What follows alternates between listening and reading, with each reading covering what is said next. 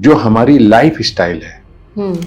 वो हमारे बायोलॉजी से मैच नहीं कर रही है। डर का सामना करें, किसी एंजाइटी का, घबराहट का, बेचैनी का सामना करें, हार्मोन सेक्रेट होता है कॉर्टिसोल, बहुत सारे ऑर्गन्स को टेम्परेरीली स्विच ऑफ कर देता कि ब्लू जोन का मतलब है जहाँ पे लाइफ एक्सपेक्टेंसी इज 100 years और प्लस। है। मैं बहुत सारे ब्लू जोन में बहुत जगहों पर गया और ध्यान से जाकर खुद एग्जामिन किया कि फूड का, ये सब का बहुत सेकेंडरी रोल है। असल रोल जब हम इवॉल्व हो रहे थे, लॉन्गेविटी को हम अचीव कर रहे थे, हमको ब्रेकफास्ट, लंच और डिनर नहीं मिलता था।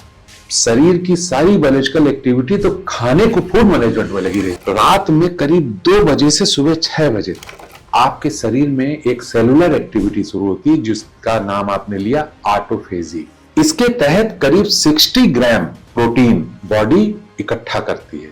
तो वो जितने भी सेल्स हैं जो ठीक से काम नहीं कर रहे हैं, जो कोई ठीक से काम नहीं कर रहा है, कोई मेलिग्नेंट सेल है, कोई कैंसर का सेल है, या पैंक्रियास का बीटा सेल है जो अपना काम नहीं कर रहा है इंसुलिन प्रोड्यूस करने के लिए, इस तरह की जितने भी शरीर में टूटे फूटे या कमजोर या सुस्त सेल हैं, उसको वो डिसमेंटल कर देता है, उससे प्रोटीन निकाल लेता है और स्टेम सेल से नए सेल्स वहां पर भेज देता है। डॉक्टर आश्चर्य से आपको देखने लगेगा, ना आपकी आंखों में कोई प्रॉब्लम आएगी, ब्लड इतना अच्छा हो जाएगा।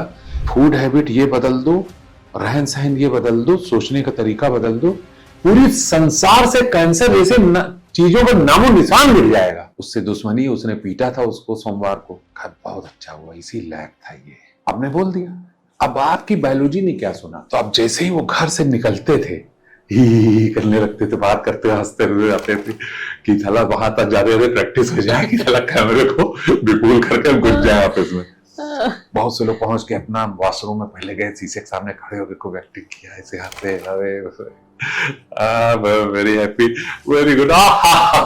It's an honour actually North Star के लिए, मेरे लिए, कि हमारे देश के इंडिपेंडेंट साइंटिस्ट पद्मश्री से सम्मानित किए गए डॉक्टर अजय सिंह सोनकर जी आज हमारे साथ इस पॉडकास्ट में रहे, जिन्होंने कई विषयों पर अपने जीवन में शोध किया है, रिसर्च की है।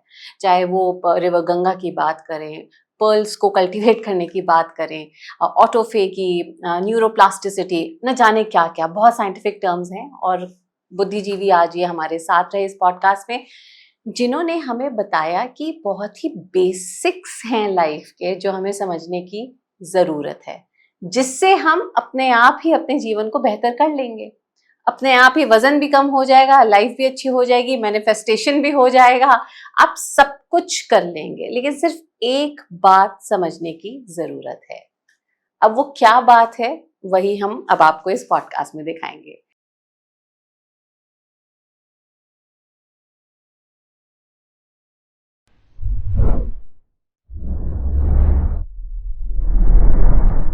अजय जी, आपका बहुत बहुत स्वागत है नॉर्थ स्टार पर। हम बातचीत अपनी शुरू करें उससे पहले मैं कहना चाहती हूँ, I truly feel very honoured to have you on North Star. Thank you very much, same this side.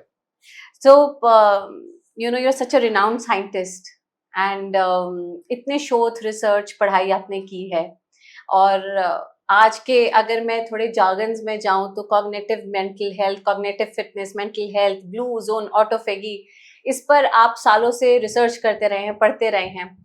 लेकिन 100 बात की एक बात यह है कि साइंस ने इतनी तरक्की की है, हमें जो कन्वीनियंस ऑफ लाइफ है वो काफ़ी बड़ा है, लेकिन उसके बावजूद इंसान दुखी क्यों है, डिप्रेस क्यों है, एंग्शियस क्यों है, सुसाइड करने की क्यों सोचता है, या फिर मन में वो अनरेस्ट और हलचल क्यों? एक्चुअली बहुत इम्पोर्टेंट सब्जेक्ट पर, टुडेज मोस्ट ट्रस्टेड सब्जेक्ट पर आपने हाथ रखा है। अभी आपने एकदम सही कहा कि हमारे पास बहुत सारी डेवलपमेंट्स हैं, बहुत सी फैसिलिटीज़ हैं, हमारे पास डेवलपमेंट्स बहुत हैं अभी, but we are not happy, our society is not happy, people are not happy, they are anxious and they are restless.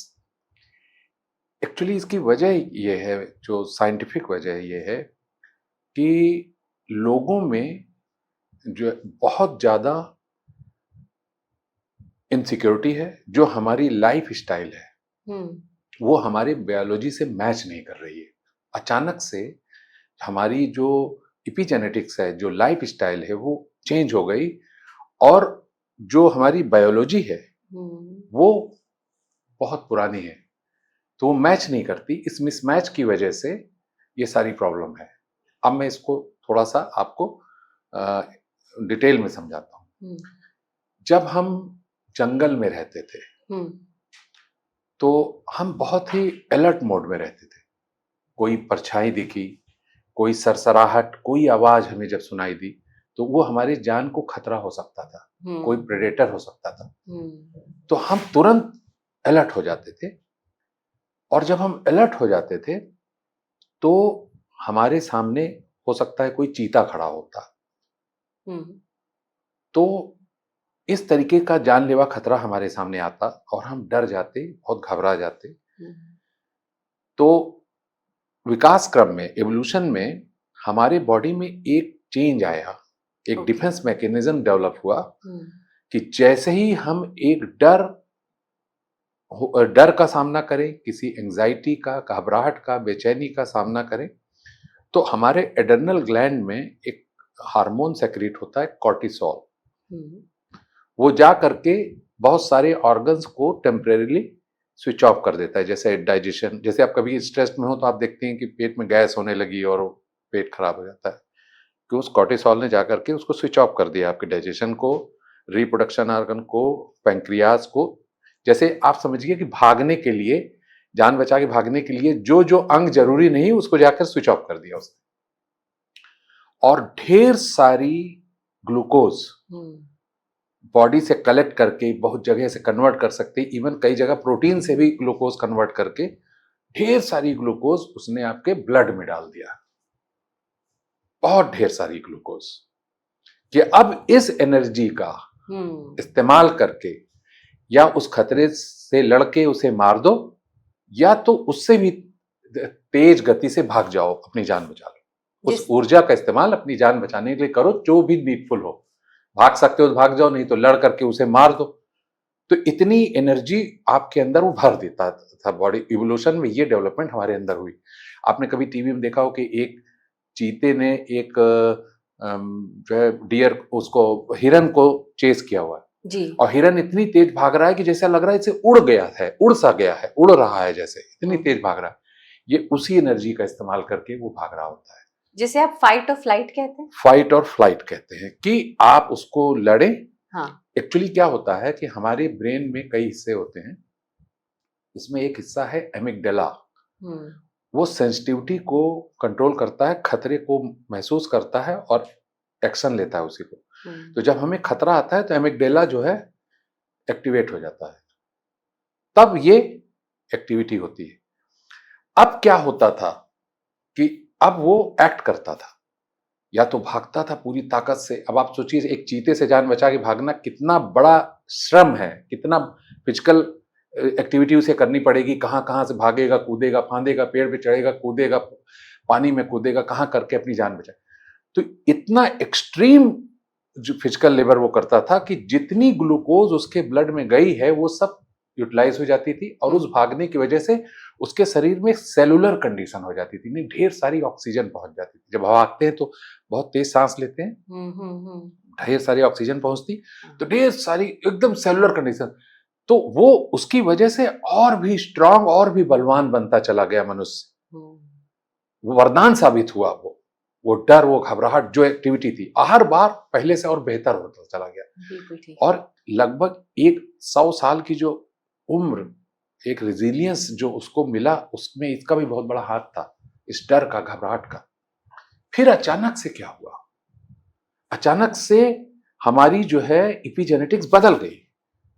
अचानक इसलिए कह रहे हैं कि एवोल्यूशन का मतलब होता है लाखों करोड़ों साल में कोई चीज इवॉल्व होती है, जो बदलाव होता है। हम इस रूप में एक रेंगते हुए जीव की तरीके से समुद्र से बाहर निकले थे कुछ हफ्ते की लाइफ लेकर के, जब धरती पर आए। करोड़ों अरबों साल में हम इवॉल्व होते होते होते होते फिर रेंगने वाले से चलने वाले, फिर दौड़ने वाले, फिर पेड़ चढ़ने वाले, फिर बड़े जीव होते होते एक दिन हम 2 पैर पर खड़े हो गए, 100 साल की उम्र लिए हुए एक मनुष्य के रूप में प्रकट हो गए। तो ये इवोल्यूशन बहुत बड़ा स्पैन होता है। जब इवोल्यूशन की आप बात कर रहे थे तो करते हैं, तो ये बहुत सडन चेंज हुआ। जब आपकी इपिजेनेटिक्स चेंज हुई और आप मॉडर्नाइजेशन जिसको कह सकती हैं आप, जो आज हम प्रेजेंट लाइफ में हैं, आज क्या होता है, आज हम एक एयर कंडीशन कमरे में बैठे हुए हैं सेफ, यहां पर कोई चीता नहीं आ सकता, आपको किसी प्रेडेटर का खतरा नहीं है, ठीक है, लेकिन आपको घबराहट बेचैनी किस चीज से होती है? आज आपके दिमाग में चीता आता है, एक कॉल आई, आप एंसियस हो गए, आपको इनसिक्योरिटी है कि वो कल मेरा ये काम होगा कि नहीं, कल ये चीज होगा कि नहीं, किसी के साथ कुछ हो गया ये मेरे साथ ना हो जाए। और हर तरह से जो जितना कंपटीशन है, जितना टफ है लाइफ, एकदम सर्वाइवल, इतना ज्यादा इनसिक्योर है, लोगों के अंदर इनसिक्योरिटी बहुत है, घबराहट है, उनको बहुत सारा competition, people are not relaxed. तो उससे क्या हो रहा है कि जो एंजाइटी, जो घबराहट, जो बेचैनी, जो डर, जो उनके अंदर असुरक्षा की भावना पैदा हो रही है, उससे उनकी बायोलॉजी मैच नहीं कर रही है, बायोलॉजी वही कर रही है, कॉर्टिसोल बन रहा है, ग्लूकोज रिलीज, बायोलॉजी वही कर रही है। हाँ। जो चीते के आने पे कर रही थी। तो जब चीते के आने पे करती थी तब तो आप भागते थे, तो ग्लूकोज यूज होता था। अभी आपके पास एक खबर आई कि आपका इतने पैसे का लॉस हो गया, इतनी पेनाल्टी हो गई, या आपके ऊपर ये जो है कोई कुछ भी बुरी खबर आ गई, हाँ। तो क्या करोगे आप कमरे में बैठे हो, तो आप क्या करोगे? आप भागने लगोगे, दौड़ने लगोगे, आप और आइडल हो जाओगे, यार मेरी मीटिंग कैंसिल करो, मेरा मूड ठीक नहीं है, मैं कहीं नहीं जा पाऊंगा या नहीं जा पाऊंगी मैं कहीं पर। तो अब बॉडी क्या कर रही है? बॉडी वही कर रही है, एड्रेनल ग्लैंड में कॉर्टिसोल पैदा हुआ, आपके बहुत सारे वाइटल ऑर्गन्स को स्विच ऑफ किया और ढेर सारी ग्लूकोज डाल दी। अब जितनी ग्लूकोज आपके ब्लड में पहुंची, उसको यूटिलाइज करने के लिए उसी प्रोपोर्शन में ऑक्सीजन की जरूरत है। वो तब आएगी जब आप भागोगे, दौड़ोगे, वर्कआउट करोगे, वो तो आप कर नहीं सकते। आप परेशान होकर बैठे हुए, एकदम शांत बैठे हो गए, पता लगा और भी जो है आप सुस्त हो गए पड़े हुए। अब क्या हुआ कि शरीर में एक नॉन सेलुलर कंडीशन पैदा हो गई, यानी ऑक्सीजन की कमी हो गई। अब उसी से शुरुआत हुई आपकी डायबिटीज की, कोलेस्ट्रॉल की। अब लगातार ये हो रहा है, ऐसा थोड़ा है कि आपको साल 2 साल में कोई स्ट्रेस होता है। बच्चों को स्ट्रेस एग्जाम का भी है सर। हाँ, कोई भी कंपटीशन इतना, आप इस तरह समझिए कि हर समय आप जो है बहुत ही अलर्ट मोड पे रहते हैं। आप सोच के देखिए, आपने 1.5 लाख रुपए का मोबाइल लिया हुआ है, अरे मेरा मोबाइल कहाँ गया, अच्छा ये उसी के खोने का डर, आप अलर्ट हो, आप रिलैक्स कहाँ हो, रिलैक्स्ड हो आप। तो अब क्या है कि उसकी वजह से धीरे धीरे हमारे अंदर फाइट एंड फ्लाइट मोड पे रहने की टेंडेंसी पैदा हो गई है, परमानेंट। ठीक है, अब शरीर में क्या हो रहा है, ये जो कोर्टिसोल बन रहा है उसकी वजह से वो ढेर सारी ग्लूकोज हमारे ब्लड में पहुंचा रहा है, उसको यूटिलाइज करने के लिए इनसफिशिएंट ऑक्सीजन हो गई, नॉन सेलुलर कंडीशन हो गई। तो पहले तो आपके अंदर बहुत सी व्याधियां शुरू हो गई, जैसे कि आपको कोलेस्ट्रॉल बढ़ा, कार्डियोवास्कुलर डिसीज होने की संभव हो गई, आपकी आर्टरीज ब्लॉक होना शुरू हो गई, फिर आपको लीवर में प्रॉब्लम हो गई, फैटी लीवर हो गया, लीवर सिरोसिस की समस्या बढ़ गया। और उसके बाद सेल्स में क्या हुआ, सेल्स में, कोशिकाओं में क्या हुआ, कोशिकाओं के आउटर रिम पर ग्लूकोज होती है, उसकी ऑक्सीजन के साथ इस्तेमाल करके माइटोकॉन्ड्रिया उसी से एनर्जी प्रोड्यूस करता है। ठीक है, अब ऑक्सीजन कम है, ऑक्सीजन के कमी के कारण वो जो ग्लूकोज है वो फर्मेंट हो जाती है, वो जो शुगर है वो फर्मेंट हो गई जो सेल के अंदर है, और आउटर लेयर सेल का जो है हार्ड हो गया, ना उसके अंदर से वेस्ट बाहर निकल पा रहा है और ना ही ऑक्सीजन उसके अंदर जा सकती है। इसी को मेलिग्नेंट सेल कहते हैं, मेलिग्नेंसी इसी को कहते हैं, यही है कैंसर का सेल। तो इसी से कैंसर होता है। ठीक है, कैंसर, यही कैंसर है, नॉन सेलुलर कंडीशन बॉडी में हो गई तो कैंसर हो जाएगा, क्योंकि शुगर अब जो शुगर फर्मेंट हुई है सेल की, वो जो है दूसरे जो हेल्दी सेल्स हैं उनके कांटेक्ट में आके उनको भी फर्मेंट करती चली जाएगी। तो इस तरह धीरे धीरे कैंसर प्रोलिफरेट होगा, क्योंकि ऑक्सीजन कम हो गई थी, क्योंकि ऑक्सीजन कम है, तो था ग्लूकोज जो था वो उस ऑक्सीजन की कमी के कारण फर्मेंट हो गया, और जो फर्मेंट जब ग्लूकोज हो जाता है उसी को मेलिग्नेंसी बोलते हैं, उसी को कैंसर का सेल बोलते हैं। तो आप सोचिए कि सिर्फ लाइफ स्टाइल ने जो हमें घबराहट, बेचैनी दी, उसी की वजह से जितनी भी डेडली डिसीजेस हैं वो सब वही उसी की वजह से कॉज कर रही है। आपको सुन के तो मुझे लग रहा है स्ट्रेस बहुत खतरनाक है। वो तो अरे उससे इमेजिन आप सरप्राइज होगी कि स्ट्रेस ही है जिसकी वजह से सारी बीमारी होती है। मुझसे आप पूछिए तो मैं आपको बता दूं कि ये कैसे किस तरह से रूट करके स्ट्रेस ने ये बीमारी पैदा की। सर कुछ एग्जांपल्स दीजिए आप, जो आजकल बहुत ही एक एपिडेमिक की तरह बीमारियां फैलती देखिए मैं आपको बता तो रहा हूँ कि कैंसर आपने बताया, जैसे कैंसर बताया, डायबिटीज बताया, हार्ट की प्रॉब्लम जो है, जो कार्डियक प्रॉब्लम है, वो भी यही है भाई। जो ब्लड में प्रॉब्लम आ गई, ब्लड जो है वैक्सी हो गया, ब्लड में आपका कोलेस्ट्रॉल हो गया, आर्टरीज ब्लॉक हो गई, तो उससे जो है हार्ट की प्रॉब्लम हो गई। तो और बचा क्या? लीवर फैटी हो गया, लीवर सिरोसिस की तरफ बढ़ गया, वो कुछ दिनों बाद लीवर। तो अब क्या है कि दूसरी बात क्या है कि आप जब इस कंडीशन में होते हैं, एंग्जियस होते हैं, तो आप देखा होगा कि आपकी जो है सोचने समझने की भी शक्ति कम हो जाती है। आप ऐसी बात पे भी रिएक्ट करते हैं, नाराज होते हैं, जिसपे आमतौर पे नहीं होते। उसकी वजह क्या है? क्योंकि जो प्री फ्रंटल कॉर्टेक्स है वो सप्रेस हो गया, और आपका एमिगडेला जो ब्रेन का है वो जो है कई बार जो है आप समझिए कि कई बार वो इतना ज्यादा एक्टिवेट हो जाता है कि आपकी सोचने समझने की शक्ति एकदम खत्म हो जाती है। ठीक है, आपके अंदर बस सिर्फ सेंसिटिविटी रहेगी। अगर आपको कहीं स्किन में खुजली हुई तो आपको लगेगा कि स्किन कैंसर तो नहीं हो गया। कहीं रस्सी दिखी तो सांप नजर आएगा वो आपको। मतलब छोटी सी बात भी आपको बहुत बड़ी लगेगी, एक्सट्रीम लगेगी, ये भावना आ जाती है। इसी से लोग सुसाइडल हो जाते हैं, इसी से ये डिप्रेशन, एंजाइटी, ये सारी जितनी भी आप मेंटल इश्यूज देख रही हैं, जो आप देख रही हैं कि जो है एंजाइटी है, एंजाइटी डिसऑर्डर है, जितनी कॉग्निटिव डिसऑर्डर है, ये सब का कॉज यही है। तो आपकी बात सुनकर एक बात हमें समझ में आई कि जो हमारी बायोलॉजी है वो पुरानी चल रही है, और हमारे जो आसपास के एपिजेनेटिक्स यानी कि जो हमारा माहौल है वो बहुत तेजी से इवॉल्व हो गया।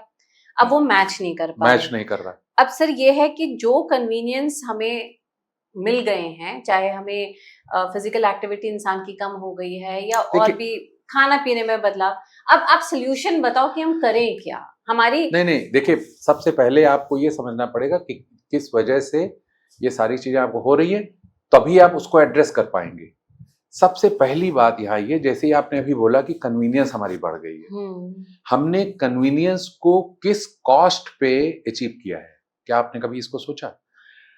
आप इस तरह सोचिए कि जब जो है जिसको आप कन्वीनियंस कहती हैं, वो आपकी नेचर के द्वारा दी हुई कुछ एबिलिटीज हैं आपकी, उसको आपने कन्वीनियंस से रिप्लेस किया। आपने अपनी क्रिएटिविटी की और नेचर की दी हुई एबिलिटी के बदले वो कन्वीनियंस को लिया हुआ है। जैसे आज आप एआई यूज करती हैं, तो आप अपनी जो कॉग्निटिव एबिलिटी है उसको कंप्रोमाइज कर रही है। आपकी अंदर क्षमता खत्म हो रही है कि आप खुद जो है किसी चीज को ड्राफ्ट कर लें या कुछ कर लें, आप उसी से टाइप कर रहे हैं, उसी से यूज कर रहे हैं, उसी से आप सारा कुछ कर रहे हैं। तो यू आर लूजिंग। देखिए, नेचर का सबसे बड़ा रूल है यूज और लूज। तो अब जब जिस चीज का भी आप यूज नहीं करेंगे वो आप उससे डिप्राइव हो जाएंगे, उसकी एबिलिटी से। सर एक फॉर प्रैक्टिकल रीजंस अगर हम एआई का एग्जांपल ही लें, कॉम्पिटिटिव जमाना है और हर कोई अब चलिए रेस में है ही, तो हमें अपना कम टाइम में ज्यादा प्रोडक्शन निकालना है। AI is one of the examples. अब कोई एआई का इस्तेमाल नहीं करेगा, आई रियली डाउट अबाउट। मैंने अपनी बात में ये नहीं कहा। हाँ, तो उसका सॉल्यूशन क्या हो सकता है? आपकी एआई का इस्तेमाल ना करना जैसा मैं किसी भी चीज को, देखिए होता क्या है कि सदा से जो है ह्यूमन या बहुत सारे लोग आज बहुत सारे दूसरे जीव भी टूल्स का इस्तेमाल करते हैं। हाँ जी, बहुत, ये टूल है एक तरह के, इट्स अ मशीन। ठीक है, तो आपको सिर्फ ये ध्यान रखना चाहिए कि that should be your servant. ठीक है, वो आप that should not be your master. Actually क्या होता है कि जैसे आप इस तरह सोचिए कि आप एक किताब लिख रहे हैं, अगर एआई किताब लिखेगा तो आने वाली वो क्या होगी किताब? क्या वो क्रिएटिविटी होगी? वो तो पुरानी किताबों का ही इको होगा ना। हाँ। आपकी लाइब्रेरीज में, आपने कंपटीशन कहा, लाइब्रेरीज में कम्पिटिटिव क्वांटिटी में जो है किताबें होंगी, लेकिन क्या उसमें कुछ नयापन होगा या कुछ क्या आने वाली पीढ़ी लियो टॉल्स्टॉय को, मुंशी प्रेमचंद को या जो ये महान राइटर हैं उनको कोई याद करेगा, कहेगी किसने लिखी है, तो कहा एआई ने लिखी है। ठीक है, आप जो है आपको चूजी होना होगा कि कहां पर आपको मशीन का इस्तेमाल करना है, कहां पर आपको मशीन का इस्तेमाल नहीं करना है। सर एक एग्जांपल दीजिए जहां पर हम कोई एक्टिविटी कैरी करते हैं एआई से, जहां पे मैं एआई को संचालित कर रही हूँ और मैं मास्टर हूँ, और जहां पे मैं I am subservient to AI. आज आप सोचिए, आपकी इमोशंस को भी एआई कंट्रोल कर रहा है। आज बहुत से लोग अपनी गर्लफ्रेंड से एआई के माध्यम से बात करते हैं, क्योंकि उनको पता ही नहीं कि अब वो बताते हैं उसने ये कहा, अब मैं क्या कहूँ। तो वो एआई बताता है कि तुम अब ये कहो, अपनी फीलिंग्स को अब उससे ये लिखो, उससे वो बोलो। ठीक है, ये आप यहाँ पर आपका एआई आपका मास्टर हो गया, जो आपका सर्वेंट नहीं रहा। ठीक है, तो जो आपकी फीलिंग्स तक को जो है वो एक्वायर कर लिया है उसने, आप वो भी उसमें भी कोई फ्रीडम नहीं रही आपकी। आप इस तरह सिर्फ सोचिए, आपने भी देखा होगा एयरपोर्ट पे बहुत से लोग व्हील चेयर पे बैठे होते हैं। अब वो व्हील चेयर जो है वो लेकर के एरोब्रिज में जा रहा है, तो एक जगह पर जाकर वो कहता है कि कई बार अक्सर कहता है कि सर अब इसके आगे हम नहीं जा सकते। तो उसमें जो बैठा है वो खड़ा होता है और चल के फिर अंदर से अपने से चला जाता है। तो मैंने कहा कि ये जब चल सकता था तो व्हील चेयर पे बैठा क्यों था ये? अब इसकी वजह क्या है? वास्तव में ऐसा नहीं है कि वो एक्टिंग कर रहा था, वो कभी ओल्ड एज में होगा या कभी लंबे समय तक कहीं बीमार रहा होगा, तो उसने अपने पैरों का इस्तेमाल किया नहीं बहुत लंबे समय तक, तो उसका जो कॉन्फिडेंस है अपने पैर पे चलने का वो वीक हो गया है, डिप्राइव हो गया है उससे, तो वो घबराता है, इसलिए वो सपोर्ट ढूंढता है, उसको आदत पड़ी हुई। लेकिन अगर वो यूज करे तो उसका पैर स्ट्रांग हो जाए, उसको जरूरत ही ना पड़े। ठीक है, तो इसी तरीके से मेंटल एबिलिटी हमारी जितनी है, अरे आप सोचिए कि मैंने अभी बोला आपसे, एक रेंगते हुए स्क्रॉल करते हुए कीड़े के तरीके से आप जो है बाहर आए थे। आपने जब इवॉल्व किया अपने आप को और 100 साल की उम्र पाई, आप इतने उससे होके गुजरे और इतनी शक्ति आपने पाई, तो उस समय कौन सा एआई था, कौन सी मेडिकल फैसिलिटी थी, और जितनी बीमारियां हैं अगर रियल होती है, अगर ये रियल होती तो हम इंस्टिंक्ट नहीं कर गए होते कि किसी को तला कैंसर से सारी पूरी पॉपुलेशन मर गई, कभी सुनने को मिला। आज आप 50 साल पीछे चले जाओ, आप 50 साल पीछे चले जाओ, पूछो अपने मम्मी पापा से, पूछो और लोगों से पूछो, उन्होंने सुना था कैंसर क्या होता है? तो क्या मेडिकल साइंस पहले ज्यादा एडवांस थी क्या? क्या था? हम नेचर के पास थे। ठीक है, नेचर का मतलब समझिए आप, समुद्र में देखिए, समुद्र में से एक गिलास पानी निकालिए, उसको देखिए, समुद्र है वो, एक गिलास पानी आपने अलग कर लिया, उसे लेके घर में चले आइए, अब किचन के पास रख दीजिए तो वहां जो गर्मी है वो पानी गर्म हो जाएगा। अब आप एयर कंडीशन रूम में लेके आइए, वो पानी ठंडा हो जाएगा। जैसे ही वो समुद्र से अलग हुआ वो वल्नरेबल हो गया, उसके साथ कुछ भी किया जा सकता है। उसकी सैलिनिटी कम करनी है, थोड़ा सा पानी मिला दिया आपने, फ्रेश वाटर मिला दिया, उसकी सैलिनिटी कम हो गई। आपने एल्कलाइनिटी उसकी इंपैक्ट कर दी, कुछ भी थोड़ा सा करने से उसकी एल्कलाइन, तो वो वल्नरेबल हो गया। अब वही पानी अगर समुद्र के अंदर हो और उस एक गिलास पानी का एक जरा सा टेम्परेचर चेंज करना हो, तो आपको पूरे के पूरे ओशन का जो है सब टेम्परेचर चेंज करना पड़ेगा, आप नहीं कर पाओगे। सर आप जो बात कह रहे हैं ना, मैं यहाँ तक सोच रही हूँ कि खास करके जो अभी जनरेशन अब और भी आगे आ रही है, जेन ज़ी या उसके आगे की अल्फा बीटा जो भी होगी, एक्चुअली वो तो और ज्यादा इम्पैक्टेड दिखते हैं मुझे, ज्यादा ग्रस्त दिखते हैं इस एआई एवोल्यूशन से, क्योंकि वो तो पैदा ही इसी माहौल में हो रहे हैं, उनको सिखाया ही यही जा रहा है। क्या है ना कि सो आई थिंक आज जो आप हमें बता रहे हैं, by the virtue of evolution and by the virtue of human life, ये मैसेज तो बहुत जरूरी है केयर टेकर्स, पेरेंट्स, बच्चे, एनी जनरेशन को बताने के लिए कि हम कहाँ गलत जा रहे हैं, नहीं तो बहुत देर हो जाएगी मेरे हिसाब से। नहीं, आप ये समझ लीजिए कि मैं आपको एक छोटी सी बात बताता हूं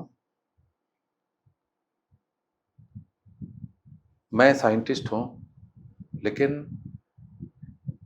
आपकी नज़र से अगर मैं देखूं साइंटिफिक डेवलपमेंट्स को, तो जितनी भी चीज़ें आप अपने आसपास देखती हैं, जैसे ये लाइट, हम्म जैसे एआई, हम्म इवन जो मिसाइल बनाते हैं, बॉम्ब बनाते हैं, एटम बम बनाते हैं, भाभा में न्यूक्लियर रिएक्टर्स में जो न्यूक्लियर बम बना रहे हैं या कोई भी, उनको भी आप साइंटिस्ट कहते हैं, ठीक है। लेकिन मैं इन सारी डेवलपमेंट्स को या इस तरह की चीज लोग एक्टिविटी में इन्वॉल्व लोगों को साइंटिस्ट नहीं मानता। हम्म मैं इसको टेक्नोलॉजी मानता हूं और उनको टेक्नोलॉजिस्ट मानता हूं। हम्म कोई भी ऐसी चीज जो जीवन को डैमेज कर सकती है, ह्यूमन वैल्यूज जो हमारी, जिसकी वजह से हम ह्यूमन हैं, वो फैक्टर्स जिसकी वजह से हम ह्यूमन हैं, अगर उसको इम्पैक्ट करती है, उसको डैमेज करती है, तो वो चीज साइंटिफिक नहीं हो सकती। तो इसका मतलब दो क्लियर वर्टिकल्स हैं हमारे सामने।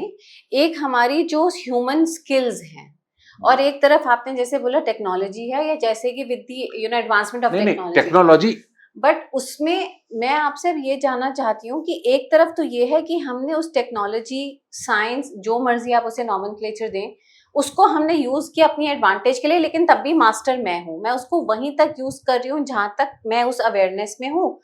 चाहे हम एआई की बात करें, आपने अभी हमें नहीं नहीं, एग्जांपल ये दिया। A is one of the example. हाँ। मेरा जो कहना है वो ये है कि जब हम किसी चीज को पाने के लिए आगे बढ़ें, जैसे आप कोई चीज पाना चाहती हैं, तो आपको ये समझ, आप क्यों पाना चाहती हैं किसी चीज को? ग्रेटिफिकेशन। नहीं, आप किस ग्रेटिफिकेशन के लिए आप पाना चाहती हैं? कोई भी चीज आप जब पाना चाहती हैं तो ग्रेटिफिकेशन के लिए पाना चाहती हैं। हाँ। लेकिन आपको ये पता है कि नेचर ने आपको, आपने अक्सर बात किया होगा कि नेचर ने हमें कितना कुछ दिया है। हाँ। आपने कभी ये सोचा ना कि नेचर ने जितनी मेहनत की है आपको कुछ देने में, उससे सैकड़ों गुना मेहनत की है आपको बहुत सी चीजें ना देने में, कि वो चीज ना मिल पाए आपको। और आप जब पाने की इच्छा में आगे बढ़ती हैं, तो उस चीज को आप प्राप्त करने की कोशिश करती हैं जो नेचर नहीं चाहती थी कि आपको मिले।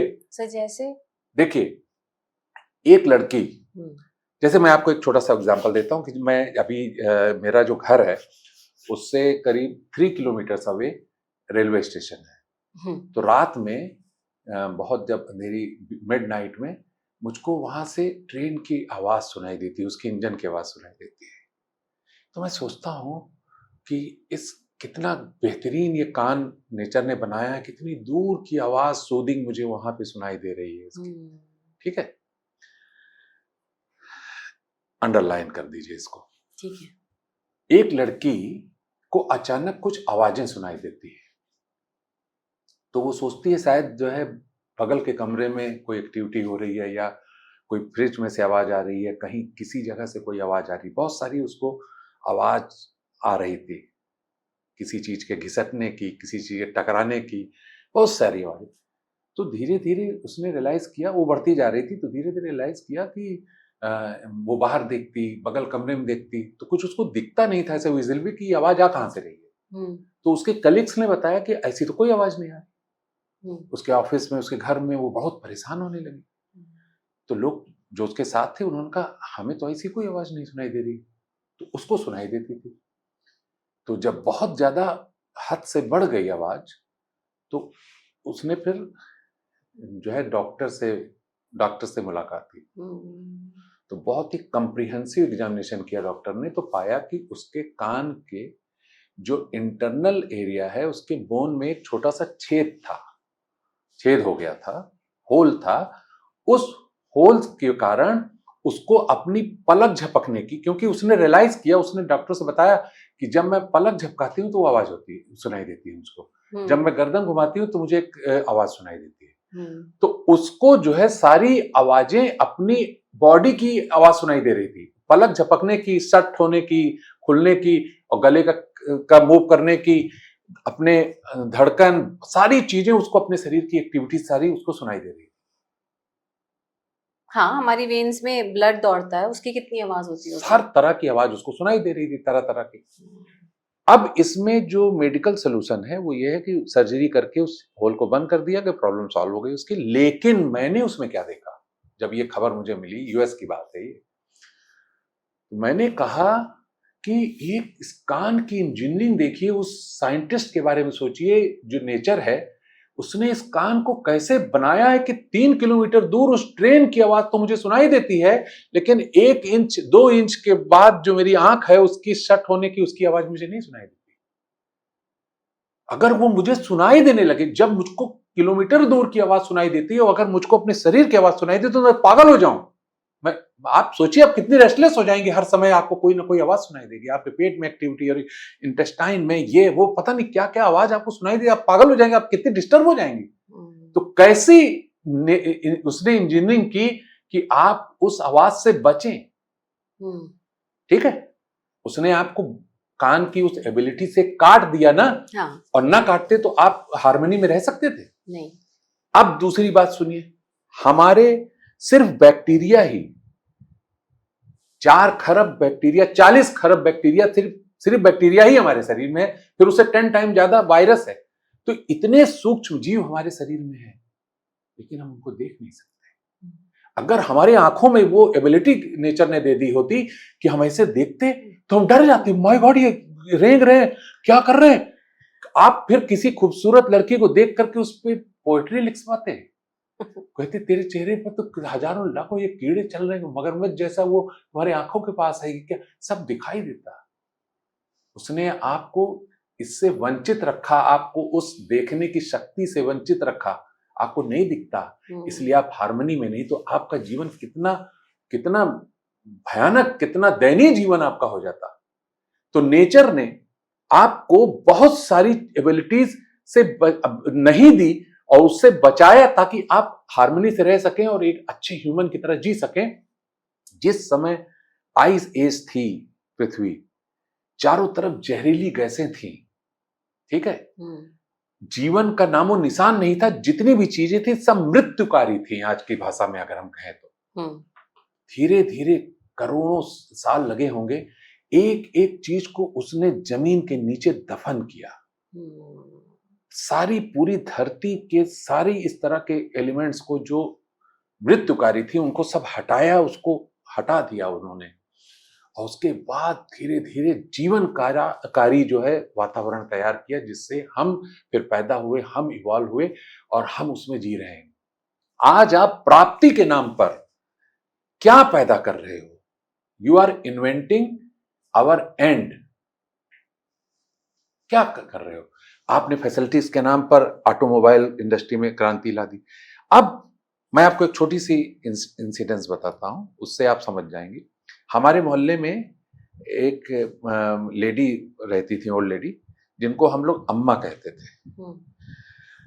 तो बहुत साल बाद उनसे मिला, वो बहुत बूढ़ी हो गई थी, तो मास्क वगैरह लगा रखा था डॉक्टर के एडवाइस पर।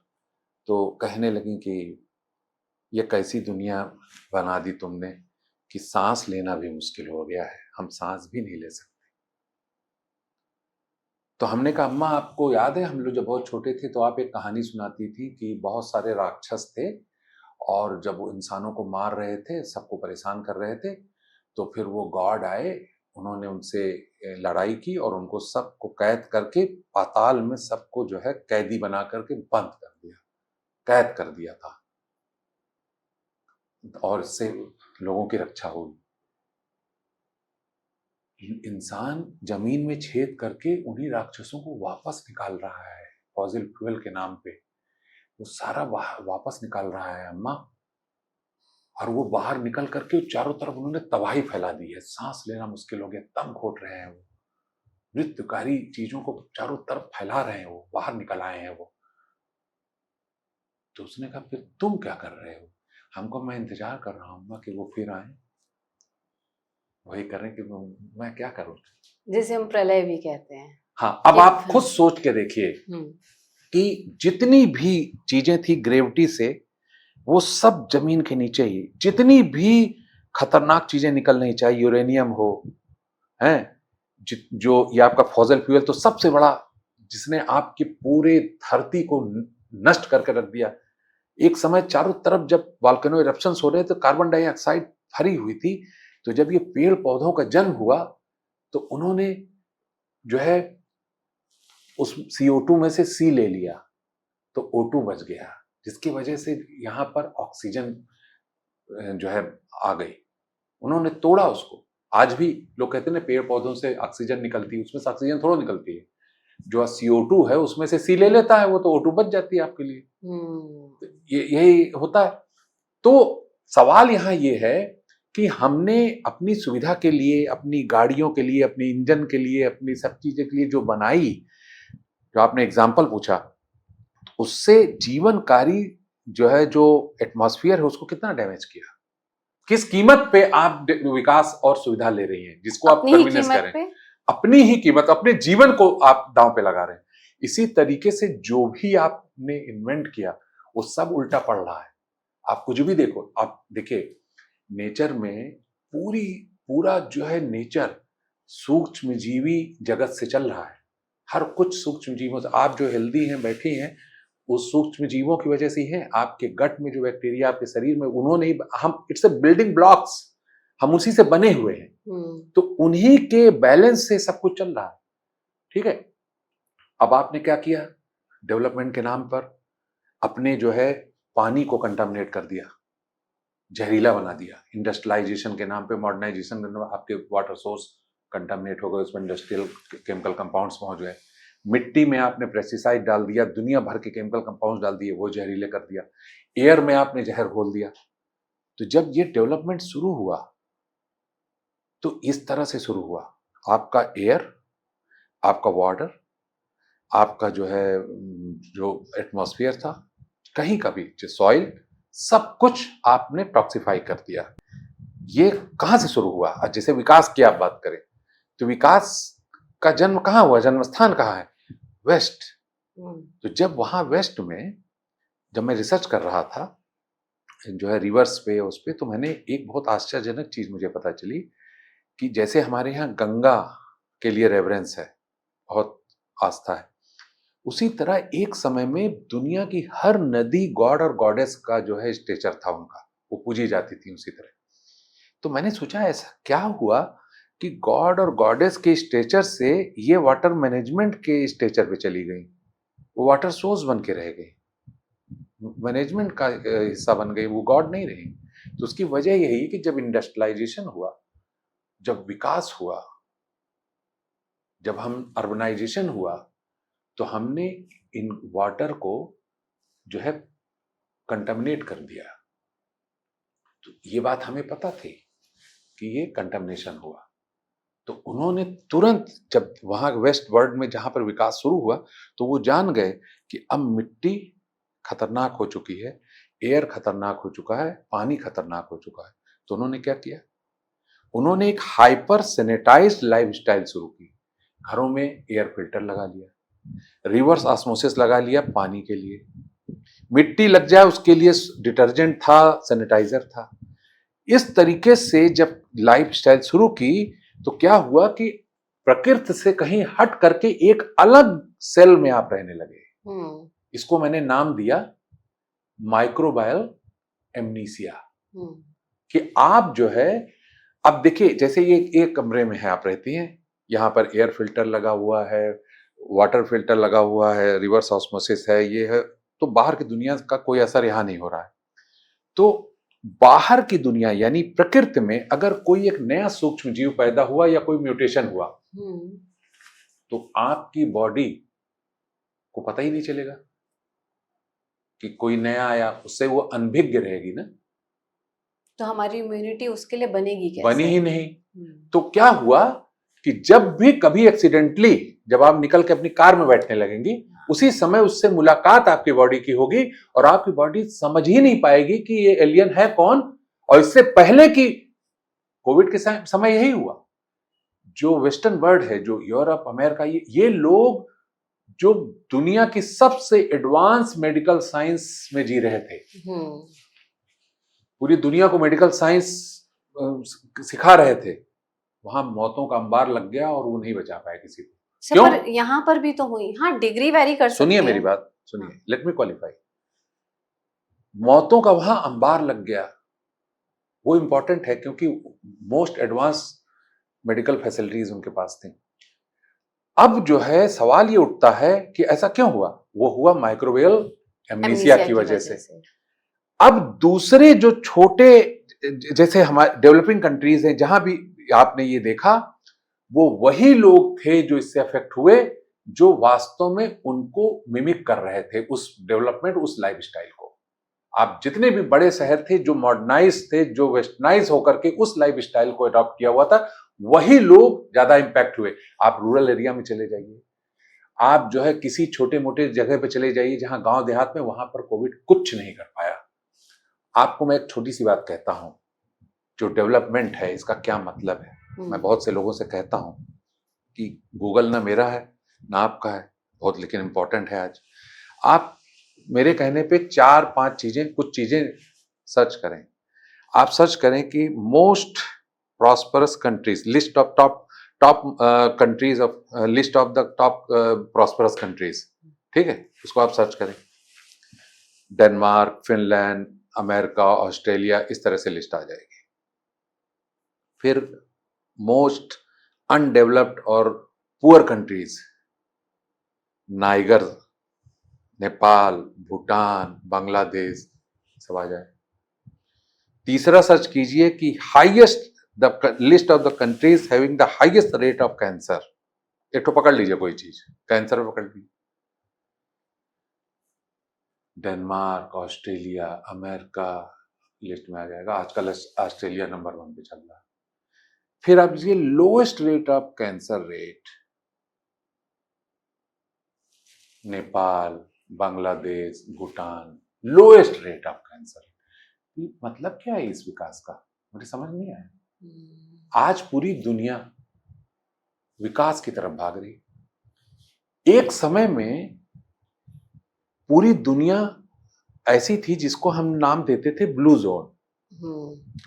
ना कोई बीमारी थी। आज भी बहुत ड्रॉप के तरीके से कुछ जगह पर बची हुई है जगह, टाउलेडा, योकिनावा, कुछ जगह हैं जहां गूगल पर में तो 5 ही नाम आते हैं हाँ, ब्लू जोन के नाम हाँ, पे। अब वो सब भी सिकुड़ रहे हैं, सिंक होते जा रहे हैं। मैंने लगभग सभी ब्लू जोन पे जाने की कोशिश की, स्टडी हमारे करने की कोशिश दर्शकों के की। लिए हम संक्षिप्त में बता दें कि ब्लू जोन का मतलब है जहाँ पे लाइफ एक्सपेक्टेंसी इज 100 years और प्लस। हाँ, जिनको नहीं सिर्फ पता इतना कि नहीं है, सिर्फ इतना नहीं है। पहली बात तो लाइफ एक्सपेक्टेंसी उनकी 100 प्लस रहती है। 100 इयर्स का आदमी एकदम सब कुछ कर रहा होता है, सब कुछ खा पी रहा होता है, मतलब बहुत ही रेयरली ब्लू जोन बचे हुए हैं। तो जब मैंने स्टडी किया, मैं बहुत सारे ब्लू जोन में बहुत जगहों पर गया और ध्यान से जाकर खुद एग्जामिन किया, क्योंकि बहुत से लोग ये कहते थे कि वहाँ का खान पान मेडिटेरेनियन और फूड और दिस दैट, इसकी वजह से वो इतने हेल्दी रहते हो। तो जब मैं वहाँ गया तो मैंने पाया कि फूड का, ये सब का बहुत सेकेंडरी रोल है। असल रोल कुछ और है जिसकी वजह से ब्लू जोन है। देखिए, सबसे इंपॉर्टेंट बात क्या है कि आज जब हम ब्लू जोन का मतलब आपने बताया कि जैसे 100 साल की लॉन्जेविटी, उनकी जो लाइफ एक्सपेक्टेंसी है 100 ईयर प्लस होती, वास्तविकता क्या है कि उनकी पूरी होल लाइफ इतनी हैप्पी और इतनी ज्यादा जो है डिसीज फ्री है होती है कि सिर्फ 100 साल बहुत बड़ी चीज नहीं है, वो बहुत हेल्दी और बहुत हैप्पी रहते हैं। ओल्ड एज में भी आप जाके देखिए तो कोई हमारे यहाँ यंगेस्ट आदमी इतना खुश नहीं रहता होगा जितना वो हैप्पी लाइफ जी रहे हैं। तो जब हमने बहुत ध्यान से उनको देखा, तब पाया कि ये क्यों ऐसे हैं। मेंटली, फिजिकली वो सारी चीजें जो अपने जीवन के लिए चाहिए उसका इस्तेमाल मेंटली और फिजिकली वो खुद करते हैं। वो किसी दूसरी चीज से नहीं करते कुछ भी, कि किसी चीज को करना है, कहीं जाना है या कुछ भी करना है तो अपनी बॉडी की, अपने दिमाग की एबिलिटी का इस्तेमाल करते हैं। एक लिमिट होती है उनकी सिर्फ दूसरी चीजों, मशीन और ये सब चीजों को यूज करने की। फिजिकली और मेंटली बहुत ही एक्टिव रहते हैं और नेचर की दी हुई सारी मेंटल और फिजिकल एबिलिटी को लगातार एक्सरसाइज करते रहते हैं। आपने तो प्रैक्टिस में रहती है, हाँ, ठीक है। और क्या है, उनके छोटी छोटी चीजें मैंने पकड़ी उसमें। उनका जो सबसे बड़ा मंत्र है वो है one thing at a time.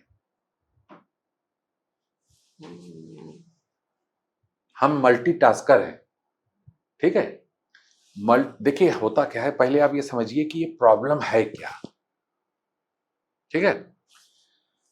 आपको जो घबराहट, बेचैनी, जो मेंटल प्रॉब्लम है किसी को भी, वो किस लिए है, क्यों है वो, और वो सोर्स कहां से हो रही है। जितनी घबराहट, बेचैनी, डर है, उसका सोर्स क्या है, कहां से आ रहा है वो। तो आप समझिए कि हमारे लाइफ के 3 सेगमेंट हैं, उसमें हम जीते हैं, पास्ट, प्रेजेंट और फ्यूचर। हमारी जो बॉडी है वो हरदम जो है प्रेजेंट पे रहती है। जैसे हम we are breathing now, not yesterday और टुमारो, या ठीक है। हाँ we are beating now now, not yesterday और टुमारो। बॉडी हरदम प्रेजेंट पे रहती है। और लेकिन जो हमारा मन है वो हरदम जो है या तो पास्ट में रहता है या फ्यूचर में रहता है। जितनी भी डर है, घबराहट है, बेचैनी है, या तो वो पास्ट में है या फ्यूचर में है। पास्ट क्या है? क्या हुआ था? पास्ट क्या है? पास्ट वो समय है जो मर चुका है। क्या उसमें कोई बदलाव कर सकते हैं? कल जो हुआ उसको बदल सकते हैं? नहीं बदल सकते। पास्ट वो समय है जो मर चुका है। अब जो व्यक्ति पास्ट में जी रहा है, उसके एक्सपीरियंसेस और किसी कुछ कभी कुछ हो गया, उसी के डर और उसी घबराहट में जी रहा है, तो मतलब पास्ट में जी रहा है। वो इस तरह है जैसे वो किसी डेड बॉडी के साथ जी रहा है। और जो फ्यूचर में जी रहा है तो वो फेक जी रहा है, क्योंकि फ्यूचर वो समय है जो अभी पैदा ही नहीं हुआ। उससे परेशान हो, कल ऐसा हो गया तो क्या होगा। फ्यूचर वो समय है जो पैदा ही नहीं, एग्जिस्ट ही नहीं करता। तो आप एक नॉन एग्जिस्टिंग जो है स्पैन में जी रहे हो, जो कि है ही नहीं, फेक है। आपकी बात बड़ी वाजिब है, बॉडी तो प्रेजेंट में ही है। हाँ, अब क्या है कि अब सवाल यह है जो आप बोलती हैं कि सलूशन बताओ। अब सलूशन सिर्फ यही है कि आपका जो मन है वो भी प्रेजेंट में आ जाए। से कैसे आएगा? क्योंकि आपकी बॉडी तो है ना। तो मुझे जैसे इस तरह हाँ, समझिए आप, देखिए मेरी बात सुनिए। आपने कहा कि ये चीज यहां पर मूव कर रही है, एक छोटा सा जो है, एक छोटी सी गाय है जो इधर उधर मूव कर रही है। तो कहा इस खंबे से बांध दो, क्यों, खंबा टिका हुआ है और ये है प्रेजेंट में, आपका शरीर है प्रेजेंट में।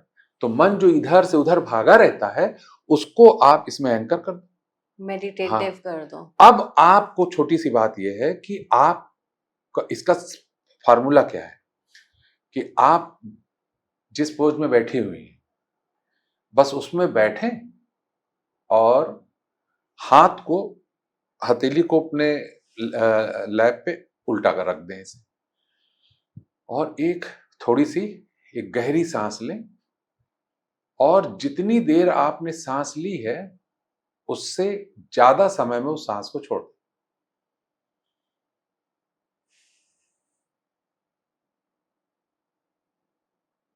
फिर आंखें बंद कर ली और अपने सांसों पे ध्यान दें कि सांस आ रही है, और उसमें कोई बदलाव नहीं करना है कि गहरी है कि सैलो है, जैसी भी है, सांस आ रही है और सांस जा रही है।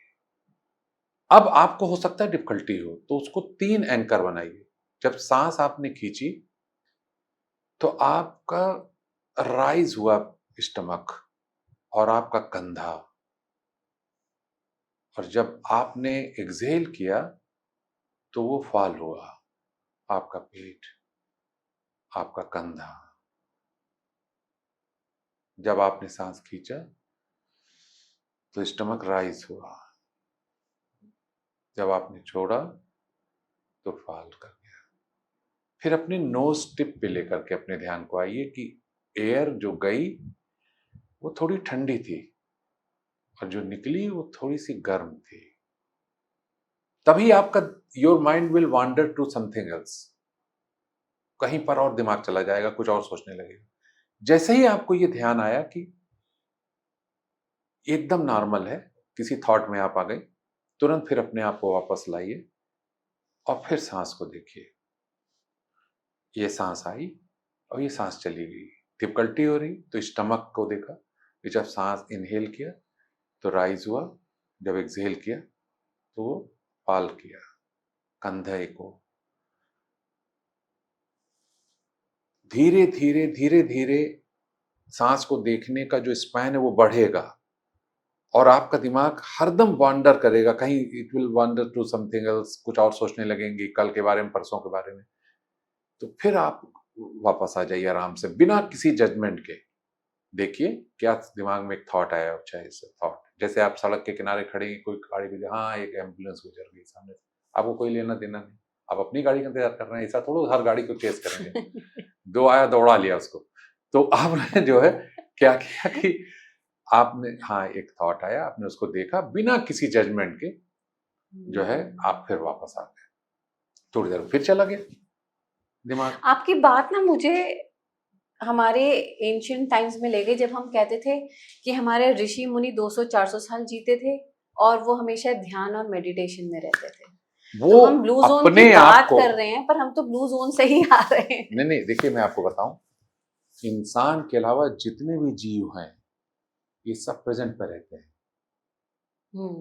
अब आपने ब्लू जोन के बारे में एक बात कही, मैंने भी कही कि बहुत थोड़े थोड़े ब्लू जोन है, ह्यूमन के ब्लू जोन है। आप अपने घर से बाहर निकलिए, आप अपने घर में क्या प्रिकॉशन लेती हैं कि अरे पानी एकदम साफ सुथरा होना चाहिए, आजकल खाने में मिलावट, एडल्ट्री बहुत हो रही, खाने में मिलावट है, ये सब आप सोचते हैं। अगर कभी कुछ प्रॉब्लम हो जाए तो कहती हैं यार वो कल कुछ खा लिया था, वो लगता है कंटामिनेटेड था, उससे मुझे पेट खराब हो गया, ये हो गया। कोई बीमारी हुई तो उसको कॉज है वो खाने में मिलावट बहुत है, आजकल जो है नकली चीजें मिल रही हैं, उसकी वजह से ये सब हो रहा है। आप घर के बाहर निकलिए, जाइए बाहर, और जो स्ट्रीट डॉग है, जो गाय घूम रही है, उसको ध्यान से देखिए कि कौन सा पानी पी रही है। आपने तो बता दिया कि वो मोबाइल टावर का रेडिएशन लग रहा है, उसकी वजह से लोगों को साला जो है कैंसर हो रहा है, लोगों को ट्यूमर, ब्रेन ट्यूमर होता जा रहा है। वो भी तो उसी एक्सपोजर में है। अब कौन सा पानी पी रही है और कौन सा खाना खा रही है, जो रोटेन आप फेंक देते हो वो खा लिया उसने। इसी को आप पैरेलल ब्लू जोन कहते हैं। सुनिए, वो खा रहे, आप जाकर के ध्यान से उसका दांत खोल के देखिए कि यार कौन सा मंजन इस्तेमाल करती है, आपको अगर कहीं उसके अंदर रूट कैनाल ट्रीटमेंट मिल जाए तो। आप किसी कुत्ते को देखिए कि क्या आपको कोई चश्मा लगा के दौड़ा ले कि यार इसको ठीक से दिखता नहीं, चश्मा लगा के दौड़ा लेता है ये। आप किसी को भी देखिए, उसकी फिटनेस देखिए, आप पेड़ पे बैठे हुए बंदर को देखिए, बूढ़ा भी हो गया तो कितनी पतली टहनी पर जाकर वहां पर हम जा सकते हैं वहां पे, इतना चाहे इतनी फिटनेस हो हमारे। तो जब तक वो जी रहा है, एक लीनियर जो है लाइफ है उसकी, एक उसकी सारी एबिलिटी उसके पास मौजूद है। जब तक इंसानी एक ऐसा जीव है कि मरने से पहले न जाने कितने अंग उसके मर चुके होते हैं, बहुत पहले ही पता लगा ये चलने फिरने की एबिलिटी खत्म हो गई, देखने की एबिलिटी खत्म हो गई, ये खत्म हो गया, हाजमा गड़बड़ हो गया। ये इंसान आज डेवलपमेंट करने के बाद हर छोटी सी चीज के लिए, खाए तो हजम करने के लिए दवाई खाए हैं, फिर सवेरे पेट खाली करने के लिए दवाई खाए, सोए तो नींद की गोली ले तब सो। एक बेसिक सा इतना बढ़िया बिस्तर है, एसी है, सब कुछ है, लेकिन स्लीपलेस। देखिए उस कुत्ते को कहां सो रहा, बालू पड़ा हुआ है उस ढेर, उसी में आराम से क्या बढ़िया सो रहा है आराम से। ये उसको किस तरह का इन्फेक्शन नहीं हो रहा है, किस तरह का जो है क्या क्या चीज है उसके फेवरेबल लाइफ, लेकिन वो सिर्फ इसलिए क्योंकि प्रेजेंट में है और उसके ब्रेन की एबिलिटी सारी एडवर्सिटी को कॉप करने में जो है सक्षम है। अगर हम अपने दिमाग को सिर्फ शुद्ध कर लें, स्वस्थ कर लें, तो आपके शरीर में ये लगातार चीजें होती रहेंगी, आसपास का माहौल ऐसा ही रहेगा, लेकिन आप उससे इम्यून हो जाएंगे। तो आपने बोला ना कि लीनियर है वो रहते हैं, तो आपने थोड़ी देर पहले बोला कि one thing at a time. पहले बिल्कुल बिल्कुल, जैसे कि हमारे हम जब भी हम जो है मल्टीटास्किंग में होते हैं तो वो कभी भी प्रेजेंट में होते ही नहीं। Multitasker can never remain in present और one thing at a time आप रहिए तो आप प्रेजेंट में ही रहेंगे। ये प्रेजेंट में रहने को दूसरी तरह से मैंने कहा आपको। और ये जो दिमाग भाग रहा है उसी को स्थिर करने के लिए आपने मेडिटेशन, आप ब्रीदिंग हाँ, अब जो आप ब्रीदिंग को फोकस कर रही हैं, it is one thing at a time है। फिर वो चला गया तो फिर पकड़ के ले आया वापस। तो और जब भी आप कोई काम कर रही हैं, अगर it is one thing at a time है तो वो मेडिटेशन ही है। आप बात को समझिए। ऐसी कोई चीज जो प्रेजेंट में है वो योग की अवस्था है। बेसिकली मैं अपने उस एक्टिविटी को करने के लिए जब उसी में फोकस्ड हूँ, माइंडफुल हूँ, तो मेरा ध्यान खाली उसी एक्टिविटी। जैसे कहते हैं हैंडफुल, हाथ में एक लड्डू है, hand is full of a laddu, ठीक है। तो जब आपका शरीर is full with the mind होगा तो आप माइंडफुल हैं। तो आपका दिमाग जब आपके शरीर के साथ, देखिए योग, जैसे योगा वाले क्या समझेंगे कि योग क्या होता है। योग मतलब यूनिटी, यूनियन, कोई दो चीज है जिसका मिलन हो रहा है। तो वो है क्या दो चीज? एक तो आपका शरीर है, दूसरा जो मन है जो कहीं पास्ट में प्रेजेंट में घूम रहा है। तो जब आपने उसको जो है प्रेजेंट में ला दिया तो उसका मिलन आपके शरीर से हो गया, तो आप रेजिलियंट हो गए, आप भयमुक्त हो गए। अभी आप बैठी हैं, आपकी सांसें चल रही हैं, आपका दिल धड़क रहा है, ये क्या प्रॉब्लम है? अगर कोई भय आ जाए अभी तो वो फ्यूचर है कि कल वो होगा कि नहीं होगा, वो ईएमआई देना है, वो ये करना है, तो वहां पर वो ये प्रॉब्लम हो गई, जो भी है फ्यूचर में है। अभी आपका कैमरा भी अच्छे से रोल कर रहा है, लाइट भी जल रही है, सब कुछ ठीक है। अगर ये कैमरा गर्म हो जाएगा तो फ्यूचर में होगा, अभी के बाद होगा, लेकिन एग्जैक्टली अभी सब कुछ ठीक है। तो अगर आप एग्जैक्टली अभी में हैं तो आप एकदम रेजिलियंट हैं। मैं सोचूं कितने दर्शन यही बात कहते हैं ना। बुद्धिज्म कह रहा है प्रतीति समुत्पाद, थ्योरी ऑफ मोमेंट्रीनेस, मोमेंट की लाइफ है। हम भगवत गीता में भी कह रहे हैं कि चेंज इज परमानेंट, तो आप उसी मोमेंट में रहिए। बेसिकली आप किसी भी फिलॉसफी या दर्शन को पकड़ लें, इवेंचुअली बात वो यहीं पे ही आती है। हम माइंडफुलनेस, मेडिटेशन। देखिए सबसे बड़ी बात क्या है कि जब आप घबराहट, बेचैनी, डर, ये सब नेचुरल है, लेकिन जब डरने की कोई वजह ही ना हो और आप डरे हुए हैं। सर ये अटैचमेंट से लेकिन डर है ना, मतलब जो हमारे अटैचमेंट्स है उसकी वजह से हम डरे रहते हैं। ये मेरा है, ये नहीं होगा तो क्या होगा, बस यही तो। देखिए सवाल ये है कि मैं कई बार, मुझे बहुत सारे इंसान के अलावा किसी भी आप जीव को देखिए, आपको किसी भी चीज से अटैच नहीं मिलेगा। वो कुत्ते को देखिए, हम बहुत परेशान रहते हैं, जूता पहन लो, एक तो मोजा पहन लो, आप पहना के देखिए, वो तुरंत दांत से फाड़ के इसे फेंक देगा वो, ठीक है। आप दिखाया मुझे यार मोबाइल देखो, ये देखो मोबाइल, उसकी तब दिखवा ही नहीं कर रहा है। वो उसके पास कुछ है उसके शरीर के अलावा, और वो कुछ चाहता है, आप दे सकते हो उसको? नहीं। कोई ऐसा जीव बताइए। इंसानों ने अपने जीवन के लिए कितनी चीजों का अंबार लगा रखा है, उसके पास घर है बैठने के लिए, ये वो, हर पल न जाने कितनी गैजेट्स, न जाने कितनी चीजें यूज करता है, बिना कपड़े के रह नहीं सकता, मार बंधा हुआ है ये, फिर उसके बाद ज्वेलरी भी पहने हुए, अंगूठी भी पहने, घड़ी भी पहने, मतलब कितना बवाल उसने चारों तरफ पाल रखा है, इतना चीजें इकट्ठा करके, उसके बावजूद जरा सा खुश नहीं है वो। और उसको नजर ही नहीं आ रहा है कि जिस चीज को पाने के लिए तुम इतना जो है जद्दोजहद कर रहे हो, कहीं यही तो दुख का कारण नहीं है? हाँ, वही है मटेरियलिस्टिक। सीधी सी बात भाई, आप ये सिर्फ सोचिए ना कि आप जब आप जितना आप गेन करने के लिए जो है आतुर हैं, उतना ही खोने का डर है आपको। तो मुझे ना, और जो इकट्ठा किए हुए हो आप, जितनी भी चीजें आपने इकट्ठा की हैं, किसने, किस चीज ने आपको कितनी खुशी दी, आप कभी सोच के देखिए। अब देखिए सवाल यहां ये है कि आज पूरी दुनिया में दो तरह की कंट्रीज हैं, एक डेवलपिंग कंट्री है, एक डेवलप्ड कंट्री है। तो अब हमारे यहाँ भी बात चल रही है कि 2047 तक हम लोग डेवलप कंट्री हो जाएंगे। तो हमारे दिमाग में आई, एक टॉक में मैंने पूछा, कुछ अथॉरिटीज बता रही थी, तो हमने कहा ये हम लोग रोड मैप हो कुछ है हम लोगों के पास कि हम लोग 247 तक क्या करने वाले हैं, ये जॉनी लीवर ही रहेंगे कि अमिताभ बच्चन आएंगे? क्या क्या हमने कहा मतलब ये हुआ कि हम वेस्ट की को मिमिक करने वाले हैं या हमारे पास कुछ ओरिजिनल भी है कि हम दुनिया को बता सकें कि भाई आज डेवलपमेंट का क्या मतलब है। पैमाना क्या होगा ना। हाँ, हाँ। पैमाना ये है कि बस आप वेस्ट को मिमिक कर लो तो आप डेवलप हो गए। एक्चुअली हो यही रहा है ना सर। अब सवाल यहां हाँ। ये है मैम कि आप मुझे बताओ, एक सिंपल सा क्वेश्चन बताओ कि हमारा डेवलप्ड होने का जो टारगेट है वो ब्लू जोन क्यों नहीं है? कि एक ऐसा देश हो जहां पे कैंसर ना हो, जहां पर डायबिटीज ना हो, जहां पे लोग परेशान ना हो। व्यवस्था जो हमारी है, आप सोच के देखिए व्यवस्था के बारे में।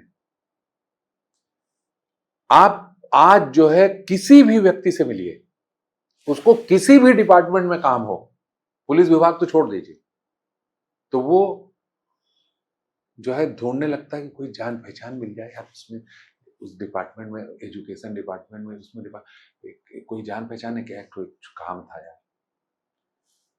लाइफ इतनी डिफिकल्ट है कि जितनी भी सेवाओं वाले विभाग हैं, कोई सेवा कर रहा है? मतलब अगर आपका काम पड़ जाए तो आप घबरा जाते हो कि अब वहां जाना पड़ेगा, कितना दौड़ाएगा, कितना परेशान करेगा। आप ट्रैफिक को देखो, आपको कितना घबराहट, कितनी बेचैनी दे रहा है। पता चला आपने गलत जगह पार कर दी, वो टो कर ले गया गाड़ी। मतलब कितने डर डर के आप जी रहे हो। अगर इस व्यवस्था को स्मूथ कर दिया जाए, जिंदगी की लोगों को, लाइफ को आसान कर दिया जाए कि लोग घबराए ना, सिक्योर फील करें कि हमारे साथ कुछ नहीं होगा और सब हमारा, अगर हम सही है तो हमारा काम हो जाएगा। 80% हॉस्पिटल आपको बंद करने पड़ेंगे। जो हमारे दिमाग को वो सेफ स्पेस की आप बात करते हैं। अब जितनी स्ट्रेस है, अगर हम स्ट्रेस फ्री हो जाएं या कम ही कर दें। देखिए सबसे बड़ी बात, मैंने आपको बताया कि जब ये सब चीज संभव है नहीं, ना हमारे हाथ में है कि हम पूरी दुनिया को बदल दें और अपने हिसाब, इसीलिए जो आपने ऋषि मुनियों ने बात की, कभी आपने उनको बताया कि वो कनॉट प्लेस में इनका जो है बैठे हुए थे, यहाँ पे तप कर रहे थे? वो काहे भाग जाते हैं जंगल में और पहाड़ों पे? क्योंकि ये दुनिया तप करने ही नहीं दे सकती, आपको प्रेजेंट में रहने ही नहीं देगी। आपको ये दुनिया प्रेजेंट में रहने ही नहीं देगी, वो प्रेजेंट में रहना मांगते हैं। इसलिए वो पूरी दुनिया से, कहीं सारी आवाज से, सारे शोर से भाग करके हिमालय या कहीं जंगल में कहीं पर चले जाते हैं वहां, क्योंकि आप का होने ही नहीं दे। आप करके देखिए, आपका मेंटल स्टेट, अभी जितनी भी बात कर रहे हैं आप उसको फॉलो ही नहीं करने देगा कोई, आपका आपके स्टाफ नहीं करने देगा आपको लेकर के चला जाए। मैम वहां वो हुआ था उस दिन, ऐसा ना हो जाए इसलिए हमको बैकअप में कुछ चीजें रखनी चाहिए, लेके चला गया पार्क में वो। ठीक है, तो कहने का मतलब ये है कि हम जिस सिनेरियो में जी रहे हैं वो सिनेरियो हमें, तो इसके लिए सबसे इंपॉर्टेंट ये है कि अगर हम माइंडफुल रह सकें और अपने अंदर एक प्रैक्टिस डालें। और एक बहुत अच्छी बात ये है कि इस इपिजेनेटिक्स ने, जो इपिजेनेटिक है अभी जो लाइफ स्टाइल है, उसने हमारे दिमाग को रिवायर कर दिया है। मतलब परेशान रहने के लिए वल्नरेबल बना दिया है, डरने के लिए वल्नरेबल बना दिया। मतलब हमारी टेंडेंसी बन गई है घबराना, डरना, शक करना और अलर्ट रहना, इस तरह की हमारी टेंडेंसी हो गई है।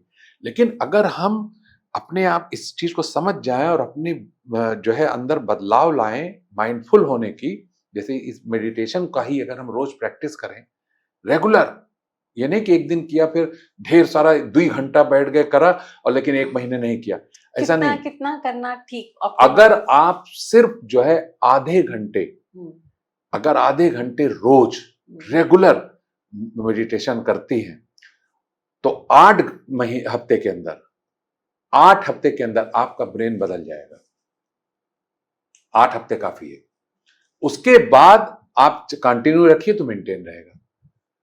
आपका ब्रेन रीवायर हो चुका होगा, आपका एमिगडाला शांत हो जाएगा और प्री फ्रंटल कॉर्टेक्स जो सोचने, समझने और पॉजिटिव थिंकिंग के लिए जिम्मेदार होता है, वो आगे आ जाएगा। न्यूरोप्लास्टिसिटी पर आपने बहुत शोध किया है, उस पर काफी बातें की हैं आपने, तो हम इसको यूं ही समझ लेते हैं। बिल्कुल, इट्स अ न्यूरोप्लास्टिसिटी ओनली, कि ब्रेन किसी भी उम्र में कभी भी रिवायर किया जा सकता है। आप रोज आपके ब्रेन को देखिए, सबसे बड़ी बात क्या है, आप इस तरह समझो, कि एक कार है, चाहे वो 5 लाख रुपए की हो, चाहे 5 करोड़ रुपए की हो, उसको चलाता एक ड्राइवर है। अगर वो ड्राइवर नशे में है, रात को सोया नहीं है, आंख से ठीक से दिखता नहीं उसको, ठीक है, और घर में झगड़ा करके आया है, अब वो गाड़ी चला रहा है आपकी, तो आपका और आपकी गाड़ी का क्या होगा? चाहे जितनी महंगी गाड़ी हो, नई हो पुरानी हो। तो इसी तरीके से जो ह्यूमन बॉडी है, चाहे कोई यंग हो, ओल्ड हो, मिड एज हो, वाट एवर हो, रोज जिम जाने वाला हो, बहुत अच्छा हो, लेकिन जो उसका ड्राइवर है वो उसका मन है। जो मन है वही शरीर का ड्राइवर है। अब उसके अंदर गुस्सा है, क्रोध है, नफरत है, घृणा है, जेलसी है, कंपटीशन की भावना है, बदले की भावना है, तो वो उसी जो है ड्राइवर की तरह है। तो वो इस शरीर का क्या होगा? सारी दुनिया भर की बीमारियों से ग्रस्त हो जाएगा वो। इसीलिए आपने एक बहुत अच्छी बात कही थी बात शुरू होने से पहले, कि मैं आपको एक बहुत अच्छी हेल्थ एडवाइजरी दे रहा था, तो आपने कहा कि आप कैमरे पे दीजिए ताकि मेरे जो है व्यूअर्स सुने, उनको फायदा हो। ये एक भाव है कि सबका भला हो जाए। आदमी के मन में ये नहीं कि मेरा हो जाए बाकी किसी का हो या ना हो।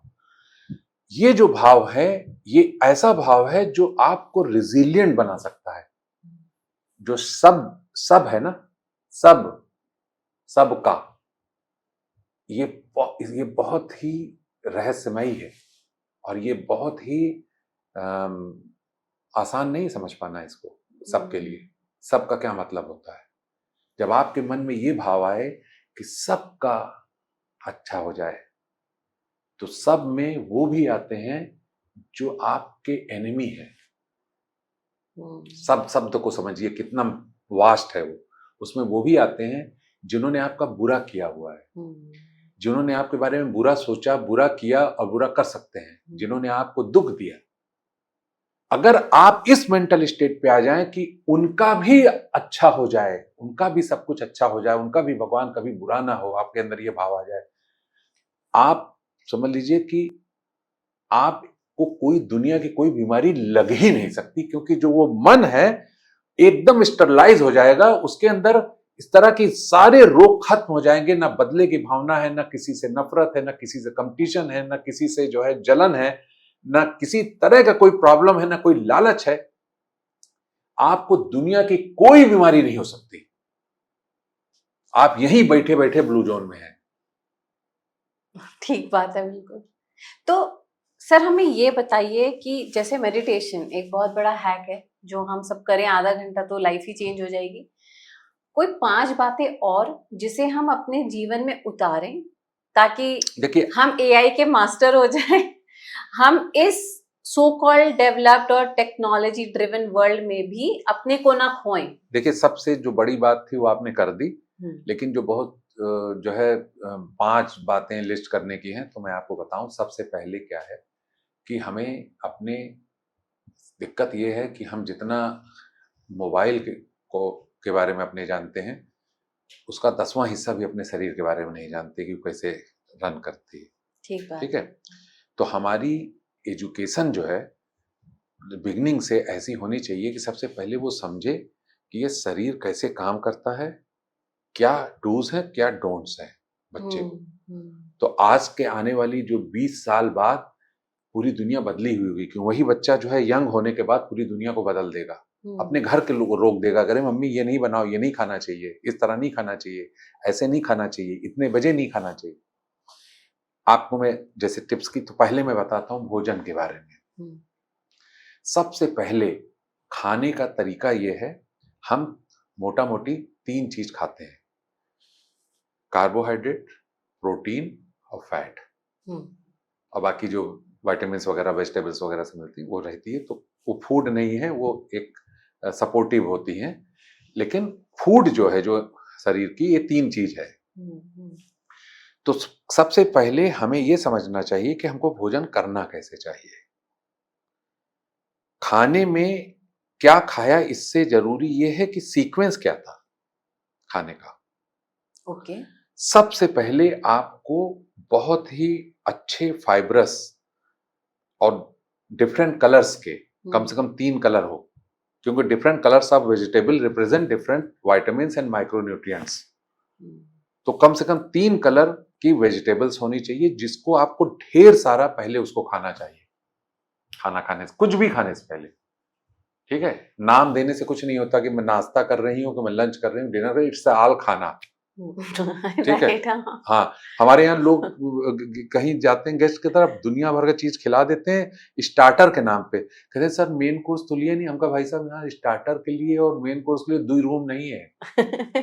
ठीक है, तो कहने का मतलब ये है कि खाना जब खा रहे हो, चाहे वो मॉर्निंग हो, दोपहर हो, तो सबसे पहले आपको ढेर सारी वेजिटेबल खाना चाहिए, फिर उसके बाद आपको प्रोटीन लेना चाहिए, ओके।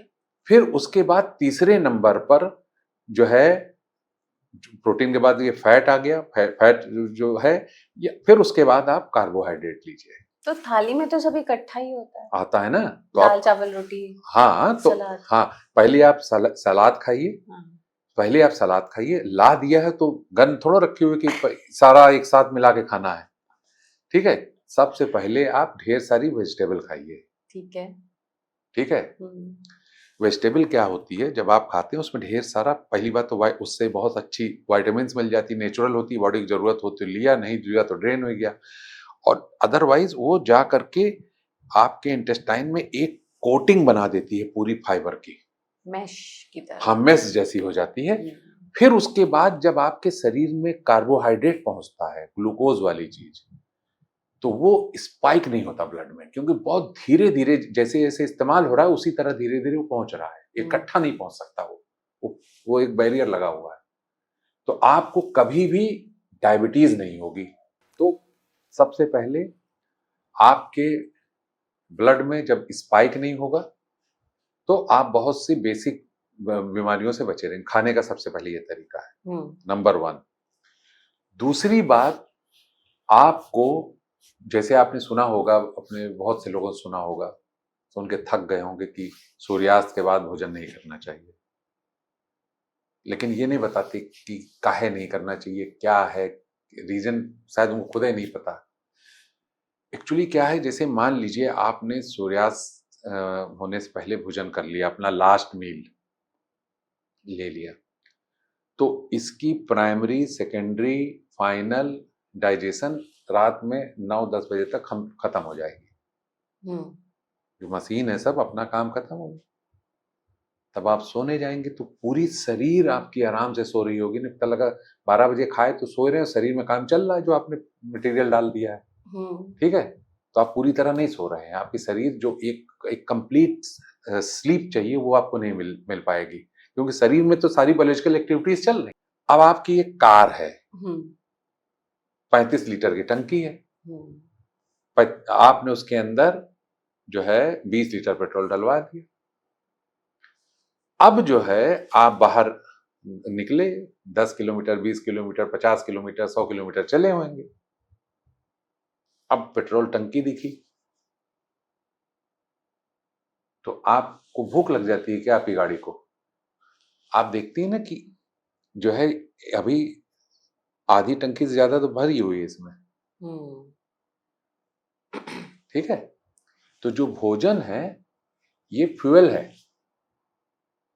आप ये देखिए कि मैंने दिन भर से जो श्रम किया, जो एक्टिविटीज थी, क्या वो जो हमने एनर्जी ली उससे ज्यादा थी? बैंक की तरह, मतलब जितना क्रेडिट हुआ क्या उतना डेबिट हुआ? अगर उतना डेबिट नहीं हुआ तो वो इकट्ठा रह गया ना, पड़ा रह गया। Unutilise portion of food cause disease. हाँ, उसी से फैट होता है स्टोर। नहीं, फैट वैट छोड़ दीजिए, वो जितना कीटोन ये सारी चीजें हैं, ये सब जो बहुत बहुत लेवल पर बॉडी को डैमेज करती हैं, क्यों? एनर्जी है। ठीक है, एक दिया रोशनी जलाता देता है, लेकिन वो बर्न भी कर सकता है चीजों। तो चलिए सर, सुनिश्चित कैसे करें हम? सुनिश्चित क्या मतलब? ये कैसे हम जाने मेरी इतनी एनर्जी थी, इतनी इस्तेमाल हो नहीं गई नहीं थी नहीं, कि हाँ। देखिए सबसे पहली बात क्या है कि आप मुझे एक बात बताइए कि जैसे मान लीजिए आप ऑफिस जाती हैं, हाँ। तो गाड़ी से जाती हैं। हम्म। आपके ऑफिस जो है मान लीजिए 20 किलोमीटर दूर है, तो 20 किलोमीटर गई, 20 किलोमीटर से जो है घर आई, 40 किलोमीटर, 50 किलोमीटर मान लीजिए, हैं। हम्म। अब आपकी गाड़ी मान लीजिए जो है 15 का एवरेज दे रही, 15 किलोमीटर, तो एक दिन में जो है आपको 3 साढ़े 3 लीटर या 4 लीटर पेट्रोल चाहिए। अब आपको 28 लीटर पेट्रोल चाहिए एक हफ्ते के लिए, 4 लीटर डेली, हम्म। तो जो है आपने एक हफ्ते को 28 लीटर चाहिए। तो अब आपने सोमवार को 28 लीटर पेट्रोल या 30 लीटर भरवा लिया इसको, है, तो सोमवार मंगल को भी भरवाएंगे, यार कल से भरवाए नहीं, है। तो मेरी गाड़ी में, सुनिए, हाँ मेरी हाँ। बात, हाँ, जो है फिर बुधवार आ जाएगा, यार 2 दिन हो गए पेट्रोल भरवाए हुए, ये देखेंगे कितना पेट्रोल है इसमें। हाँ। तो इसी तरीके से जब हम इवॉल्व हो रहे थे, लॉन्गेविटी को हम अचीव कर रहे थे, बलवान बन रहे थे जंगलों में कुछ में, तो उस समय हमको ब्रेकफास्ट, लंच और डिनर नहीं मिलता था। बहुत मुश्किल से दिन में एक बार हमको भोजन मिलता था। आप जानते हैं आपको खाना खाते हुए फैट क्यों जो हो जाता है? इसी वजह से होता है क्योंकि एक ऐसा मौसम आता था जब जो है सूखा पड़ जाता था या भोजन नहीं मिलता था, तो एक बहुत लंबे समय तक इंसान को भूखा रहना पड़ता था, तो उससे बचाने के लिए शरीर ने स्टोरेज करना शुरू किया। इंसान के शरीर में स्टोरेज रहता था ताकि जब भोजन ना मिले तो उस कीटोन का इस्तेमाल करके जान बचाई जा सके। ये टेंडेंसी है, इसीलिए इसीलिए फैट होना जो है की टेंडेंसी होती है, ज्यादा खाया तो फैट हो जाता है, वो इकट्ठा कर लेंगे बॉडी होती है, वो पतले रहने की टेंडेंसी बहुत कम लोगों में होती है, मोटे होने की टेंडेंसी बहुत तेजों में हो जाती है। इसी वजह से ये पुराना केस है, ये इवोल्यूशन में मिला हुआ है। तो कहने का मेरा मतलब ये है कि हम जब उस स्टेज में थे कि जब हम इवॉल्व हो रहे थे, तो हमको दिन में मुश्किल से एक बार भोजन मिलता था, और वही हम एक बार भोजन के लिए शरीर जो है हमारी बायोलॉजी तैयार है।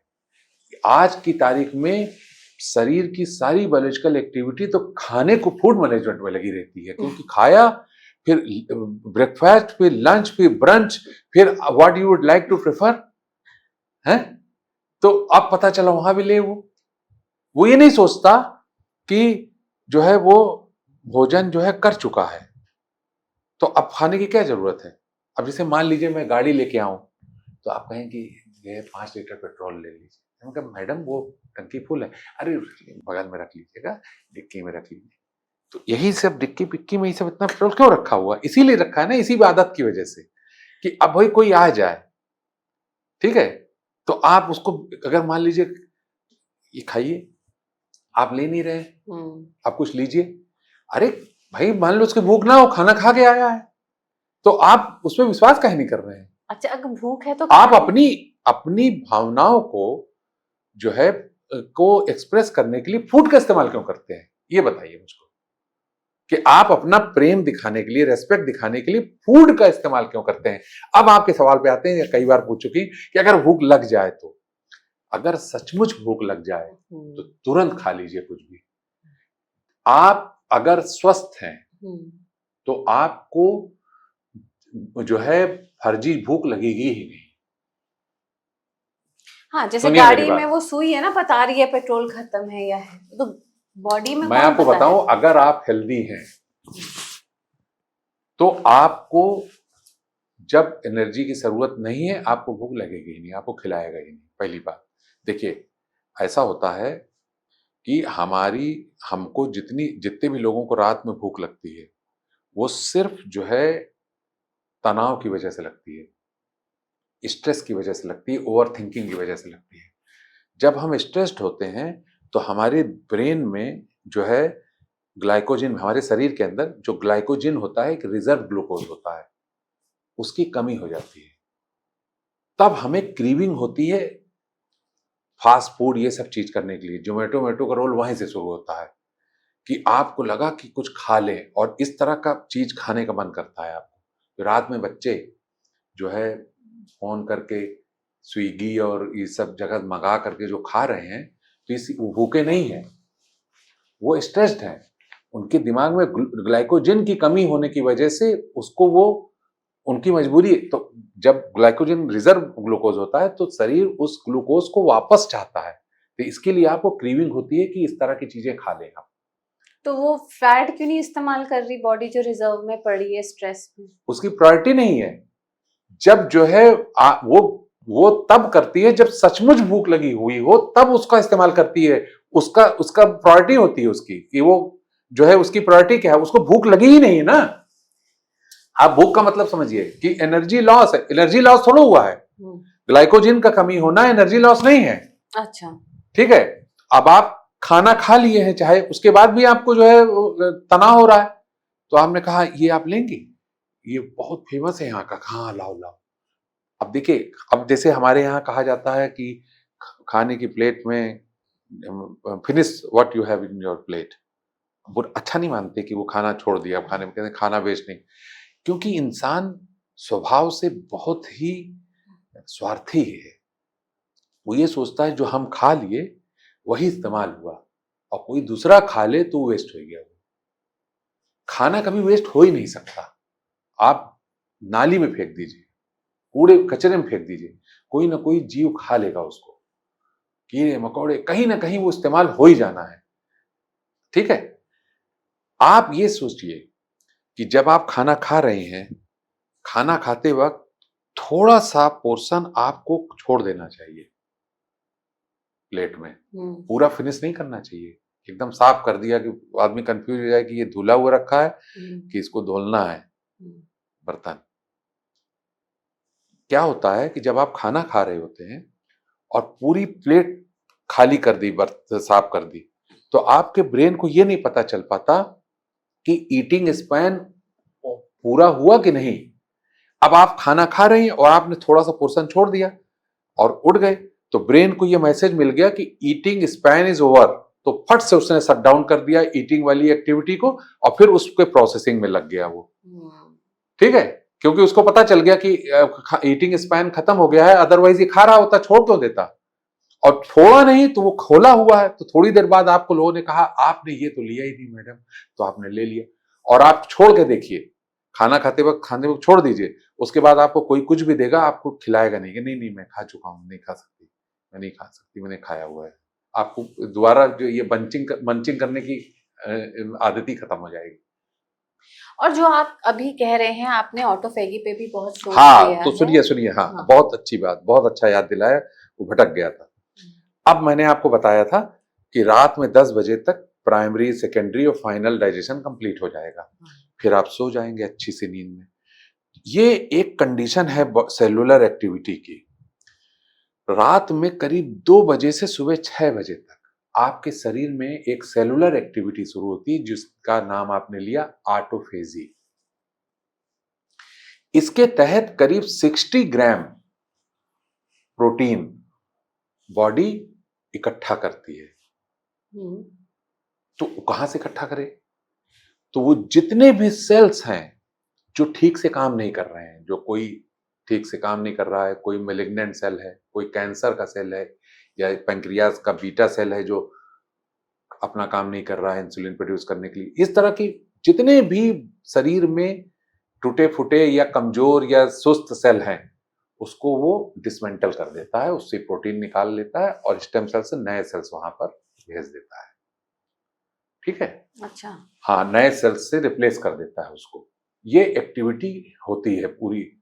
अब आप सोचो कि आपके शरीर में हर रोज कुछ ऐसी एक्टिविटीज होती है जिससे शरीर में कुछ मेलिग्नेंसी होती है, कुछ सेल्स डैमेज होते हैं, कुछ टूटते हैं। अब जो आदमी रात में 10 बजे, 11 बजे, 12 बजे खाना खा रहा है ढेर सारा, तो सवेरे तक जब वो उसकी तो बॉडी में वही प्रोसेस चल रहा है, डाइजेशन, फूड हैंडलिंग का प्रोसेस, और वही नहीं हजम हुआ, सवेरे नाश्ते का टाइम हो गया, दूसरा फूड ले लिया वो। तो कितने लोग हैं जिनके शरीर में ये सेलुलर एक्टिविटी सालों से हुई ही नहीं, ऐसे ही लोगों को कैंसर हो जाता है। ये सारी वजह यही है, रोज के रोज शरीर में इस तरह की मेलिग्नेंसी होती है और रोज की रोज मेंटेनेंस के तहत ये खत्म होती है। तो इसलिए जो व्यक्ति रात में भोजन नहीं करता है वो बहुत स्वस्थ रहता है, क्योंकि रात में उसके शरीर को पूरा, जब वो सो जाता है, कंप्लीट स्लीप में आ जाता है, तो ऑटोफेजिक एक्टिविटी शुरू हो जाती है। सर एक टाइम बता दो आप, क्या आप कि रात का खाना कब बंद, मतलब ये डेडलाइन अब नहीं खाना है इसके बाद। आप इतना ध्यान लीजिए कि आपको मैक्सिमम 4 बजे तक आपको अच्छा नहीं लगेगा शायद सुन के, लेकिन 4 बजे तक आपको लास्ट मील ले लेना चाहिए। अच्छा, मेरे को तो भूख लग रही है सुन के। नहीं, आपको मैं अपने बारे में बताता हूँ कि मैं करीब 1:30 से 2 बजे तक, जैसे आज थोड़ा लेट हो गया, 2:30 बज गया था, तो लंच ले लेता हूँ। उसके बाद ना मैं कुछ खाता हूँ ना मुझे भूख लगती है। जिसे आजकल इंटरमिटेंट फास्टिंग ये सब फास्टिंग तब करे, देखिए फास्टिंग उसको कहते हैं कि भूख लग रही लेकिन आदमी खा नहीं रहा है। हमको भूख ही नहीं लगती जो है, और 1 बजे 1:30 बजे बहुत तेज भूख लगती है, सवेरे हमें बहुत अच्छी भूख लगती है, हम बहुत अच्छे से खाते हैं, और जो है उस आदत मेरी बॉडी ने अडॉप्ट कर लिया, उस चीज को समझ गई है मेरी बॉडी, मेरे को शाम को रात में भूख ही नहीं लगती।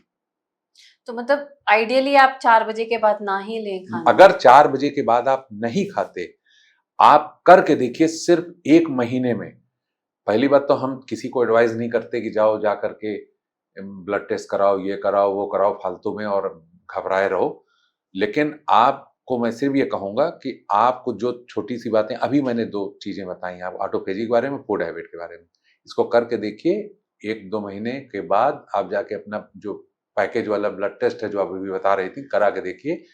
डॉक्टर आश्चर्य से आपको देखने लगेगा, ना आपकी आंखों में कोई प्रॉब्लम आएगी, ब्लड इतना अच्छा हो जाएगा।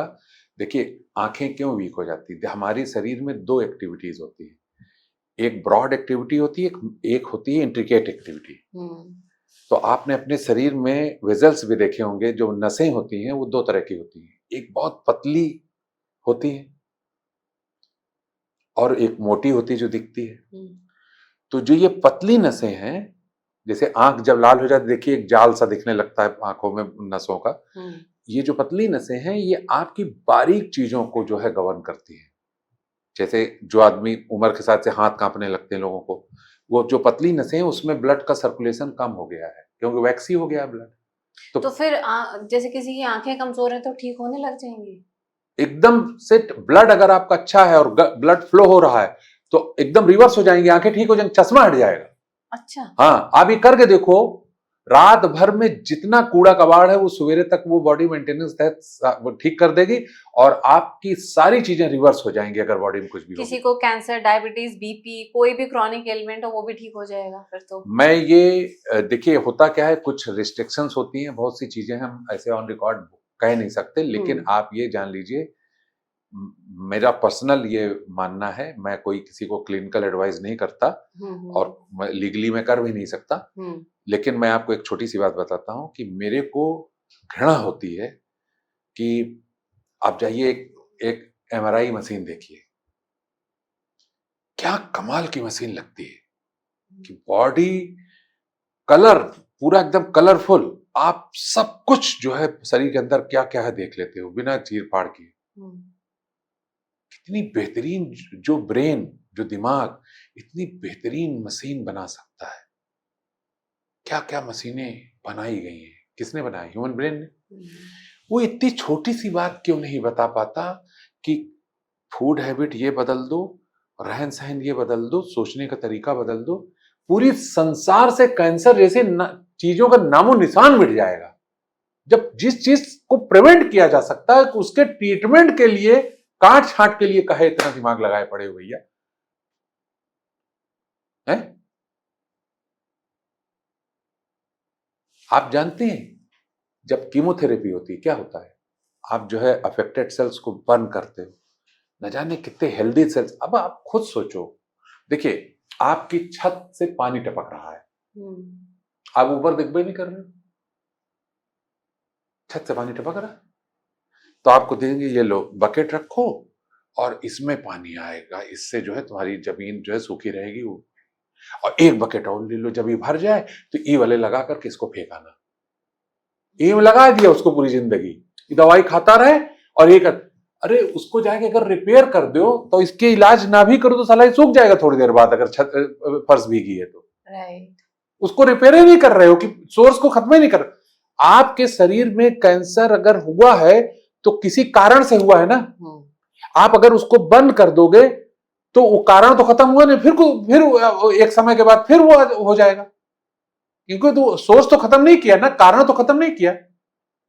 अब हम डॉक्टर हैं, आप हमारे पास आई, क्या हुआ तो कहें बहुत पेट में गैस हो रही है और बहुत दिक्कत हो रही है, मेरे को पेट बहुत खराब है। हमने कहा अच्छा, अरे लो अभी तुरंत गैस की दवाई दे दी, दबा दो साला गैस वैसा, वैसे भी एलोपैथी में सप्रेशन से ही ट्रीटमेंट दे दिए। क्या कभी डॉक्टर ने आपसे पूछा कि आप काम क्या करते हैं, फैमिली आपके कैसी है, आपके रिलेशंस कैसे हैं? कहीं से आपको स्ट्रेस है, कहीं से आपकी घबराहट बेचैनी है, जब तक आप उसको एड्रेस नहीं करेंगे, दवाई खा लिए तो क्या हो गया, वो तो सोर्स तो बना ही हुआ है ना, कल फिर हो जाएगा, रिकरिंग में चलते रहेगा। अरे प्रिवेंशन की बात करो ना, क्या करे, मतलब कहां से लाए हो ये, उसकी बातें नहीं, उसको खुद ही नहीं पता। एक डॉक्टर साहब के पास हम गए, मेरे दोस्त हैं, बहुत सीनियर डॉक्टर, दिन भर पेशेंट को देखते हैं, कहें कि यार बड़ा बीमारी फैली हुई है। हम लोग अपनी बातें बताई, उन्होंने बहुत सी बातों में बताया कि मेडिकल साइंस ने मुझे कहते हैं कई बार कि आप मेडिकल साइंस को समझते नहीं हैं और कभी कभी बहुत गलत बोल देते हैं उनके बारे में। लाइफ एक्सपेक्टेंसी हमने बढ़ाई है तो हमने कहा गूगल, मोबाइल में अपने गूगल करो कि life expectancy of Indian doctors, करिए अभी 10 से 12 साल आम आदमी से, जो सड़क छाप आदमी जा रहा है, 10 से 12 साल उम्र कम होती है डॉक्टर्स की। यही तो उनका ऑक्यूपेशनल हैजर्ड है सबसे बड़ा। देखिए मामला क्या है आपको बताएं, आप जो भी बोलती हैं, जो भी देखती हैं, जो भी सोचती हैं और जो भी सुनती हैं, वो सब आपकी बायोलॉजी सुन रही होती है। आपकी बायोलॉजी हर उस चीज को सुन रही है जो आप देख रहे हो, जो आप बोल रहे हो, जो वो कर रहे हो, उसका पूरा इंपैक्ट आपके शरीर पर पड़ रहा है। समझा? झूठ ही सही, सिर्फ अच्छा बोल के देखो। दिमाग को पता होगा ना झूठ बोल रहे हैं। नहीं, दिमाग ये बात को फर्क ही नहीं कर पा, आपकी बायोलॉजी इस बात पे फर्क ही नहीं कर पाती कि ये इस बात सही है कि गलत है, बस उसके कंटेंट पे चली जाती कि ये शब्द आया, इसका ये मतलब है। इसी को मैनिफेस्टेशन कहते हैं। सुनिए मेरी बात, ये एक्सीडेंटली खोज हुई जापान में। एक कंपनी थी, उसने देखा कि जो उसके एम्प्लॉइज हैं, बहुत से ऐसे हैं जो बहुत खराब मूड में आते हैं, दुखी मन में से आते हैं और काम अफेक्ट होता है। तो उन्होंने एक नियम बनाया कि जो भी ऑफिस आएगा, पहले वो इस कंप्यूटर से स्कैन होगा, वो कैमरे के सामने खड़ा हो जाएगा, उसको चेक करेगा कैमरे के, दुखी तो नहीं, मुस्कुराओ तो मुस्कुराया, हंसो हंसा, देखा भगवान से भगा दिया उसको, क्या दुखी है ये, पकड़ लिया उसने। अब वो उसको एंट्री बैन हो गई उसकी, उस दिन ऑफिस नहीं जाने मिलेगा। तो बड़ा परेशान हो गए लोग, बहुत से लोग उसमें से रिजेक्ट हो जाते थे, ऑफिस में एंट्री नहीं मिली, उस दिन को उनको सैलरी ही नहीं मिलेगी। तो अब क्या करें वो, तो अब जैसे ही वो घर से निकलते थे, ही करने लगते थे, बात करते हुए हंसते हुए जाते थे कि चला वहां तक जाते जाते प्रैक्टिस हो जाए कि चला कैमरे को विपुल करके हम घुस जाए ऑफिस में। बहुत से लोग पहुंच के अपना वॉशरूम में पहले गए, शीशे के सामने खड़े होकर खूब एक्टिंग किया, ऐसे हाथ से, अरे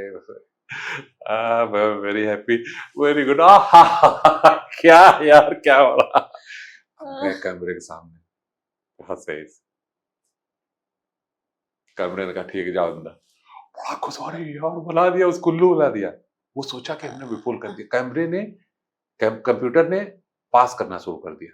हम्म, वो ये सोच रहे थे कि हमने जो है कंप्यूटर को भी फुल कर दिया, लेकिन वास्तविकता ये थी कि उस डेलिब्रेट स्माइल और झूठी हंसी के कारण उनके ब्रेन में बहुत बड़ा परिवर्तन आ गया था। उनकी ब्रेन में जो जो है डोपामिन, सेरोटोनिन, ये सब सेक्रेट हो गया था सिर्फ फर्जी हंसी से। उसके चेहरे के एक्सप्रेशन से, जो हंसने में जो चेहरे पे बल पड़ता है, वो सिर्फ उसी को डिकोड करके ब्रेन ने हैप्पी कर दिया उनको। वो सचमुच उनके अंदर ट्रांसफॉर्मेशन हो गया। तो इसी तरह से ये साइंटिफिक रिसर्च हो गई कि अगर आप डेलिबरेटली भी हंसते हैं तो आपके ऊपर पॉजिटिव असर पड़ता है, वो आपके पूरे दिमाग और शरीर दोनों पर बहुत ही पॉजिटिव असर पड़ता है। तो इसी तरीके से आप बात करते वक्त सिर्फ बीमारी की बात करोगे, आप निगेटिविटी की बात करोगे, हॉस्टिलिटी की बात करोगे, तो वही आपके साथ होगा। जो भी आप बोलोगे, जो सोचोगे, आपकी लाइफ में वही चीज इनवाइट होगी।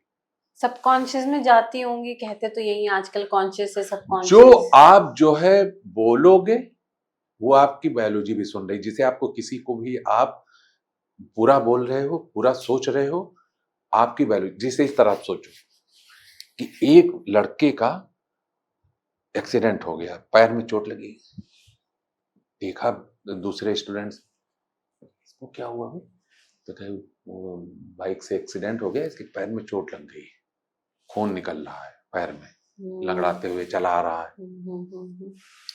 अब किसी ने देखा, उससे दुश्मनी, उसने पीटा था उसको सोमवार को, कहा बहुत अच्छा हुआ, इसी लायक था ये, बहुत सही हुआ, बहुत उड़ता है ये, बहुत दुष्ट है ये, बहुत अच्छा हुआ। ठीक है, तो उसने उसको डैमेज किया था, मारा था, डांटा था, उसके दिमाग में उसके प्रति हेट्रेट थी। आपने बोल दिया। अब आपकी बायोलॉजी ने क्या सुना, एग्जाम्पल दे रहा हूं मैं आपको। उसने जैसे ही उस खून को देखा, आपकी बायोलॉजी ने कहा कि यहां पे सेल टूटा। अब यहां पर हीलिंग एक्टिविटी में ये प्रोसेस शुरू होनी चाहिए इमीडिएटली। जैसे ही आपको कोई चोट लगती है, within no time healing process शुरू हो जाता है। तुरंत आपकी नाइन प्रॉपर्टी उसको क्लॉट करेगी कि खून ड्रेन ना होने पाए, फिर एक कैविटी बन जाएगी, वहां हार्ड हो जाएगा कि वहां से इन्फेक्शन दूसरी जगह पर फ्लो करके ना पहुंचने पाए, फिर हीलिंग शुरू होगी, फिर उसकी क्लीनिंग शुरू होगी, उसको एकदम फिंगर प्रिंटिंग कर दी जाएगी कि जैसे स्किन थी एकदम उसी तरीके से, फिर रश दो उसको, सारे प्रोसेस शुरू हो जाएंगे। आपकी बायोलॉजी ने वो देखा, और आपकी बात से जब ये सुना उसने, बहुत अच्छा हुआ। तो उसकी इंफॉर्मेशन क्या है, उसके डीएनए में क्या इंफॉर्मेशन है? उसके डीएनए में इंफॉर्मेशन है कि ये इमरजेंसी है, एक्ट इमीडिएटली। उसको आपने मैसेज दिया, बहुत अच्छा हुआ। वो कंफ्यूज हो गया कि यार ये इमरजेंसी नहीं है क्या, ये तो बहुत अच्छा हुआ, तो खुश हो रहा है। तो आपकी हीलिंग धीरे हो तो गई। आपकी हीलिंग कंप्रोमाइज हो जाएगी। जब आपको चोट लगी, पता लगे एक हफ्ते से घाव नहीं सूख रहा है, ऐसे व्यक्ति की अपनी खुद की हीलिंग जो होती है वो स्लो डाउन हो जाती है। खांसी आ रही है, 1 महीने से खंसिए आ रही, लोग कहें यार जाके देखो टीबी वीसीआर तो नहीं हो गया, पता करो, इतना काहे खांस रहे हो। तो ये है, अगर आपके अंदर जो करुणा है, जो कंपैशन है, ये आपके इम्यून सिस्टम का हिस्सा है। अगर आपने उसके साथ छेड़खानी किया तो बॉडी जो है, आपकी बायोलॉजी बॉडी और बॉडी में फर्क नहीं करती। जो चोट लगी है वो उसको उसी तरह देख रही है जैसे आपके शरीर का हो। अगर आपने उसके लिए सोचा कि बहुत अच्छा हुआ, तो जब आपको चोट लगेगी तो वो लापरवाह हो जाएगी, क्या कोई इमरजेंसी नहीं है, बहुत अच्छा हुआ, इसी लायक था। समझे आप? हाँ, तो दिस इज द थिंग। तो डॉक्टर सोनकर, इसको हम सम अप कैसे करेंगे आज की इस वार्तालाप को, अगर मैं आपसे कहूं कि? हाँ, देखिए, सबसे इंपॉर्टेंट बात क्या है, हमको समझना पड़ेगा कि गेन किसको कहते हैं। जिस आपने इतने समय से एक्सपेरिमेंट कर ही लिया, सैकड़ों साल हो गए, आपने सब कुछ पा के देख लिया। देखिए, ये जो जीवन है हमारा, ये प्यार, आपस में प्रेम, मोहब्बत, विश्वास, दया, इन सब से हम जी रहे हैं। हमारी अपनी एक लाइफ स्पैन है। जैसे हम एक ट्रेन में बैठे हुए हैं, उसमें बहुत सारे लोग बैठे हुए हैं। कोई, किसी को आगरा तक जाना है, किसी को दिल्ली तक जाना है, किसी को गाजियाबाद तक जाना है, अपना स्टेशन आएगा, उतर के चला जाएगा। तो कोई दुख की बात थोड़ा हो, अपने घर जाना ही था उसको, उतरा चला गया। इसी तरह जीवन है। और जब तक बैठे हैं सभी साथ में हैं, अपना चले जा रहे हैं, वो अपना जा रहा है, अपना कोई दुश्मनी नहीं, कुछ नहीं, प्यार से। तो जो जीवन है, आपको बहुत प्यार से और बहुत जो है इस चीज को समझना चाहिए कि हमारा जीवन का मूल क्या है, किस चीज से हम इवॉल्व हुए हैं, कैसे हम दरअसल झुंड में रहने वाले जीव हैं। ठीक है, हम मिलजुल करके सहयोग से रहने वाले, एक यूनाइट होकर रहने वाले, प्यार से रहने वाले लोग हैं। आप कभी बायोलॉजी को समझिए अपने ब्रेन की, कि जो लोग प्यार से डिप्राइव्ड हैं, जो लोग अफेक्शन से डिप्राइव्ड हैं, उनका ब्रेन ही डिफरेंट होता है। वो दिखने में दो पैर पे खड़ा हुआ लगता है, वो ह्यूमन जैसी उनके अंदर गुण ही नहीं होते। आप सोचिए एक व्यक्ति कितना क्रूएल हो सकता है, एक आदमी तो किसी को, एक चींटी को भी मरते हुए नहीं देख सकता। इतना फर्क होता है लोगों में।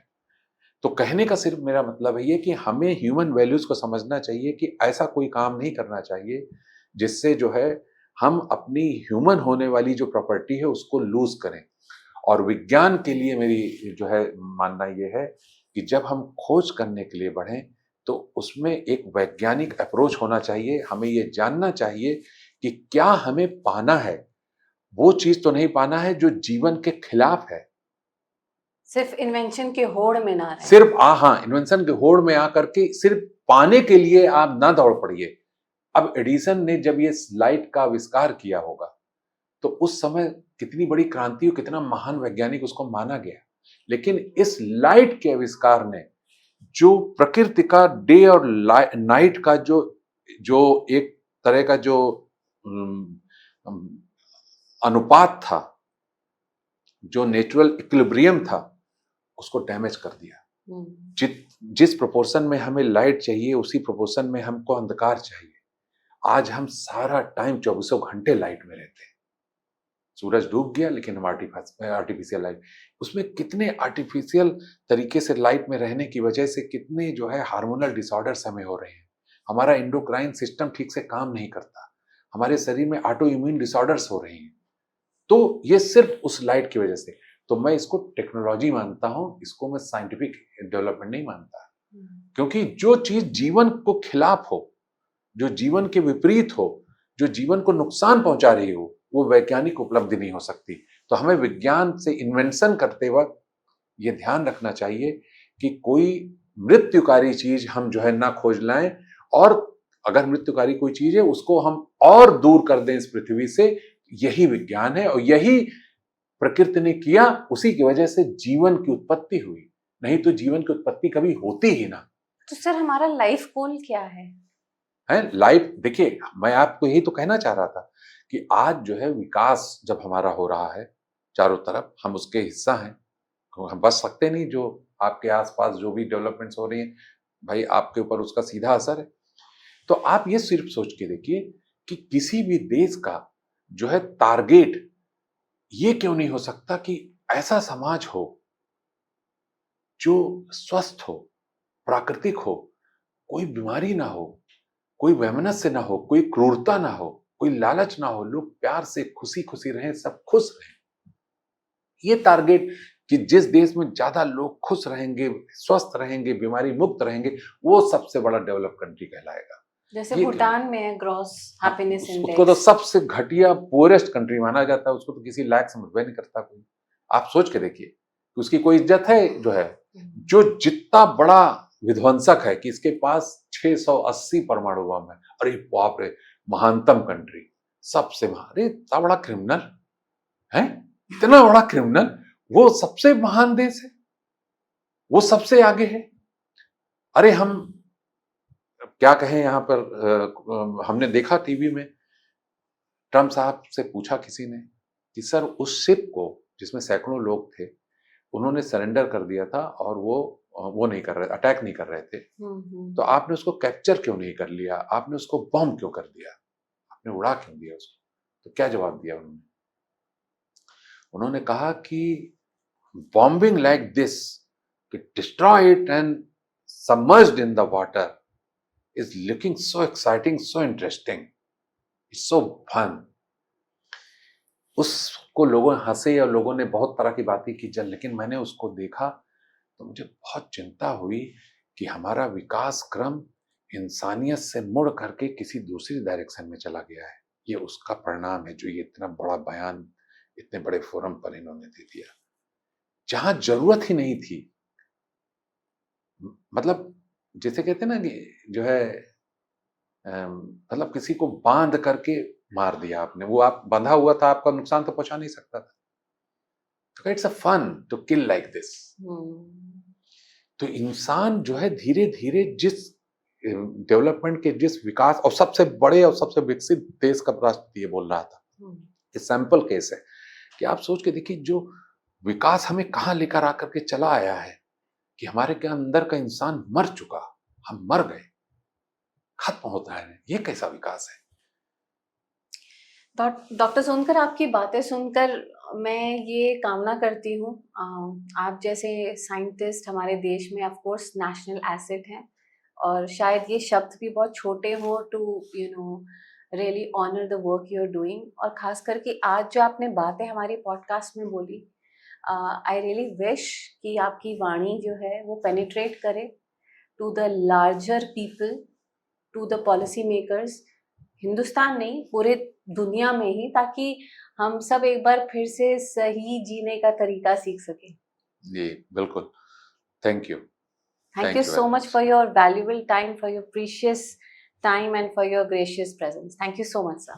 Thank you, it's great honour, thank you. तो हमेशा मुस्कुराते रहिए, खुश रहिए, अपने लिए अच्छा सोचिए, दूसरों के लिए भी अच्छा सोचिए। वो जो कहावत है जैसा करेंगे वैसा भरेंगे, वो सब यूं ही नहीं बनी थी। बात ये है सारी कि आप जो कह रहे हैं, सुन रहे हैं, देख रहे हैं, एब्जॉर्ब कर रहे हैं, वो आपकी बॉडी के बायोलॉजी के लिए एक तरह से कह सकते हैं कि कमांड है कि how it is suppose to function. तो बात बस इतनी है कि मेडिटेटिव रहते हुए, फोकस्ड रहते हुए अच्छे अच्छे काम करिए और अच्छा अच्छा सोचिए, तो फिर सब अच्छा अच्छा ही होगा। जो भी आपके जीवन की यात्रा है, आपकी यात्रा है, वो आपसे ही शुरू होगी और आप ही पर ठहरेगी। उम्मीद है आपको हमारी ये बातचीत पसंद आई होगी। लाइक, शेयर, सब्सक्राइब करना ना भूलें। अगले पॉडकास्ट में फिर मिलते हैं, दीजिए इजाज़त।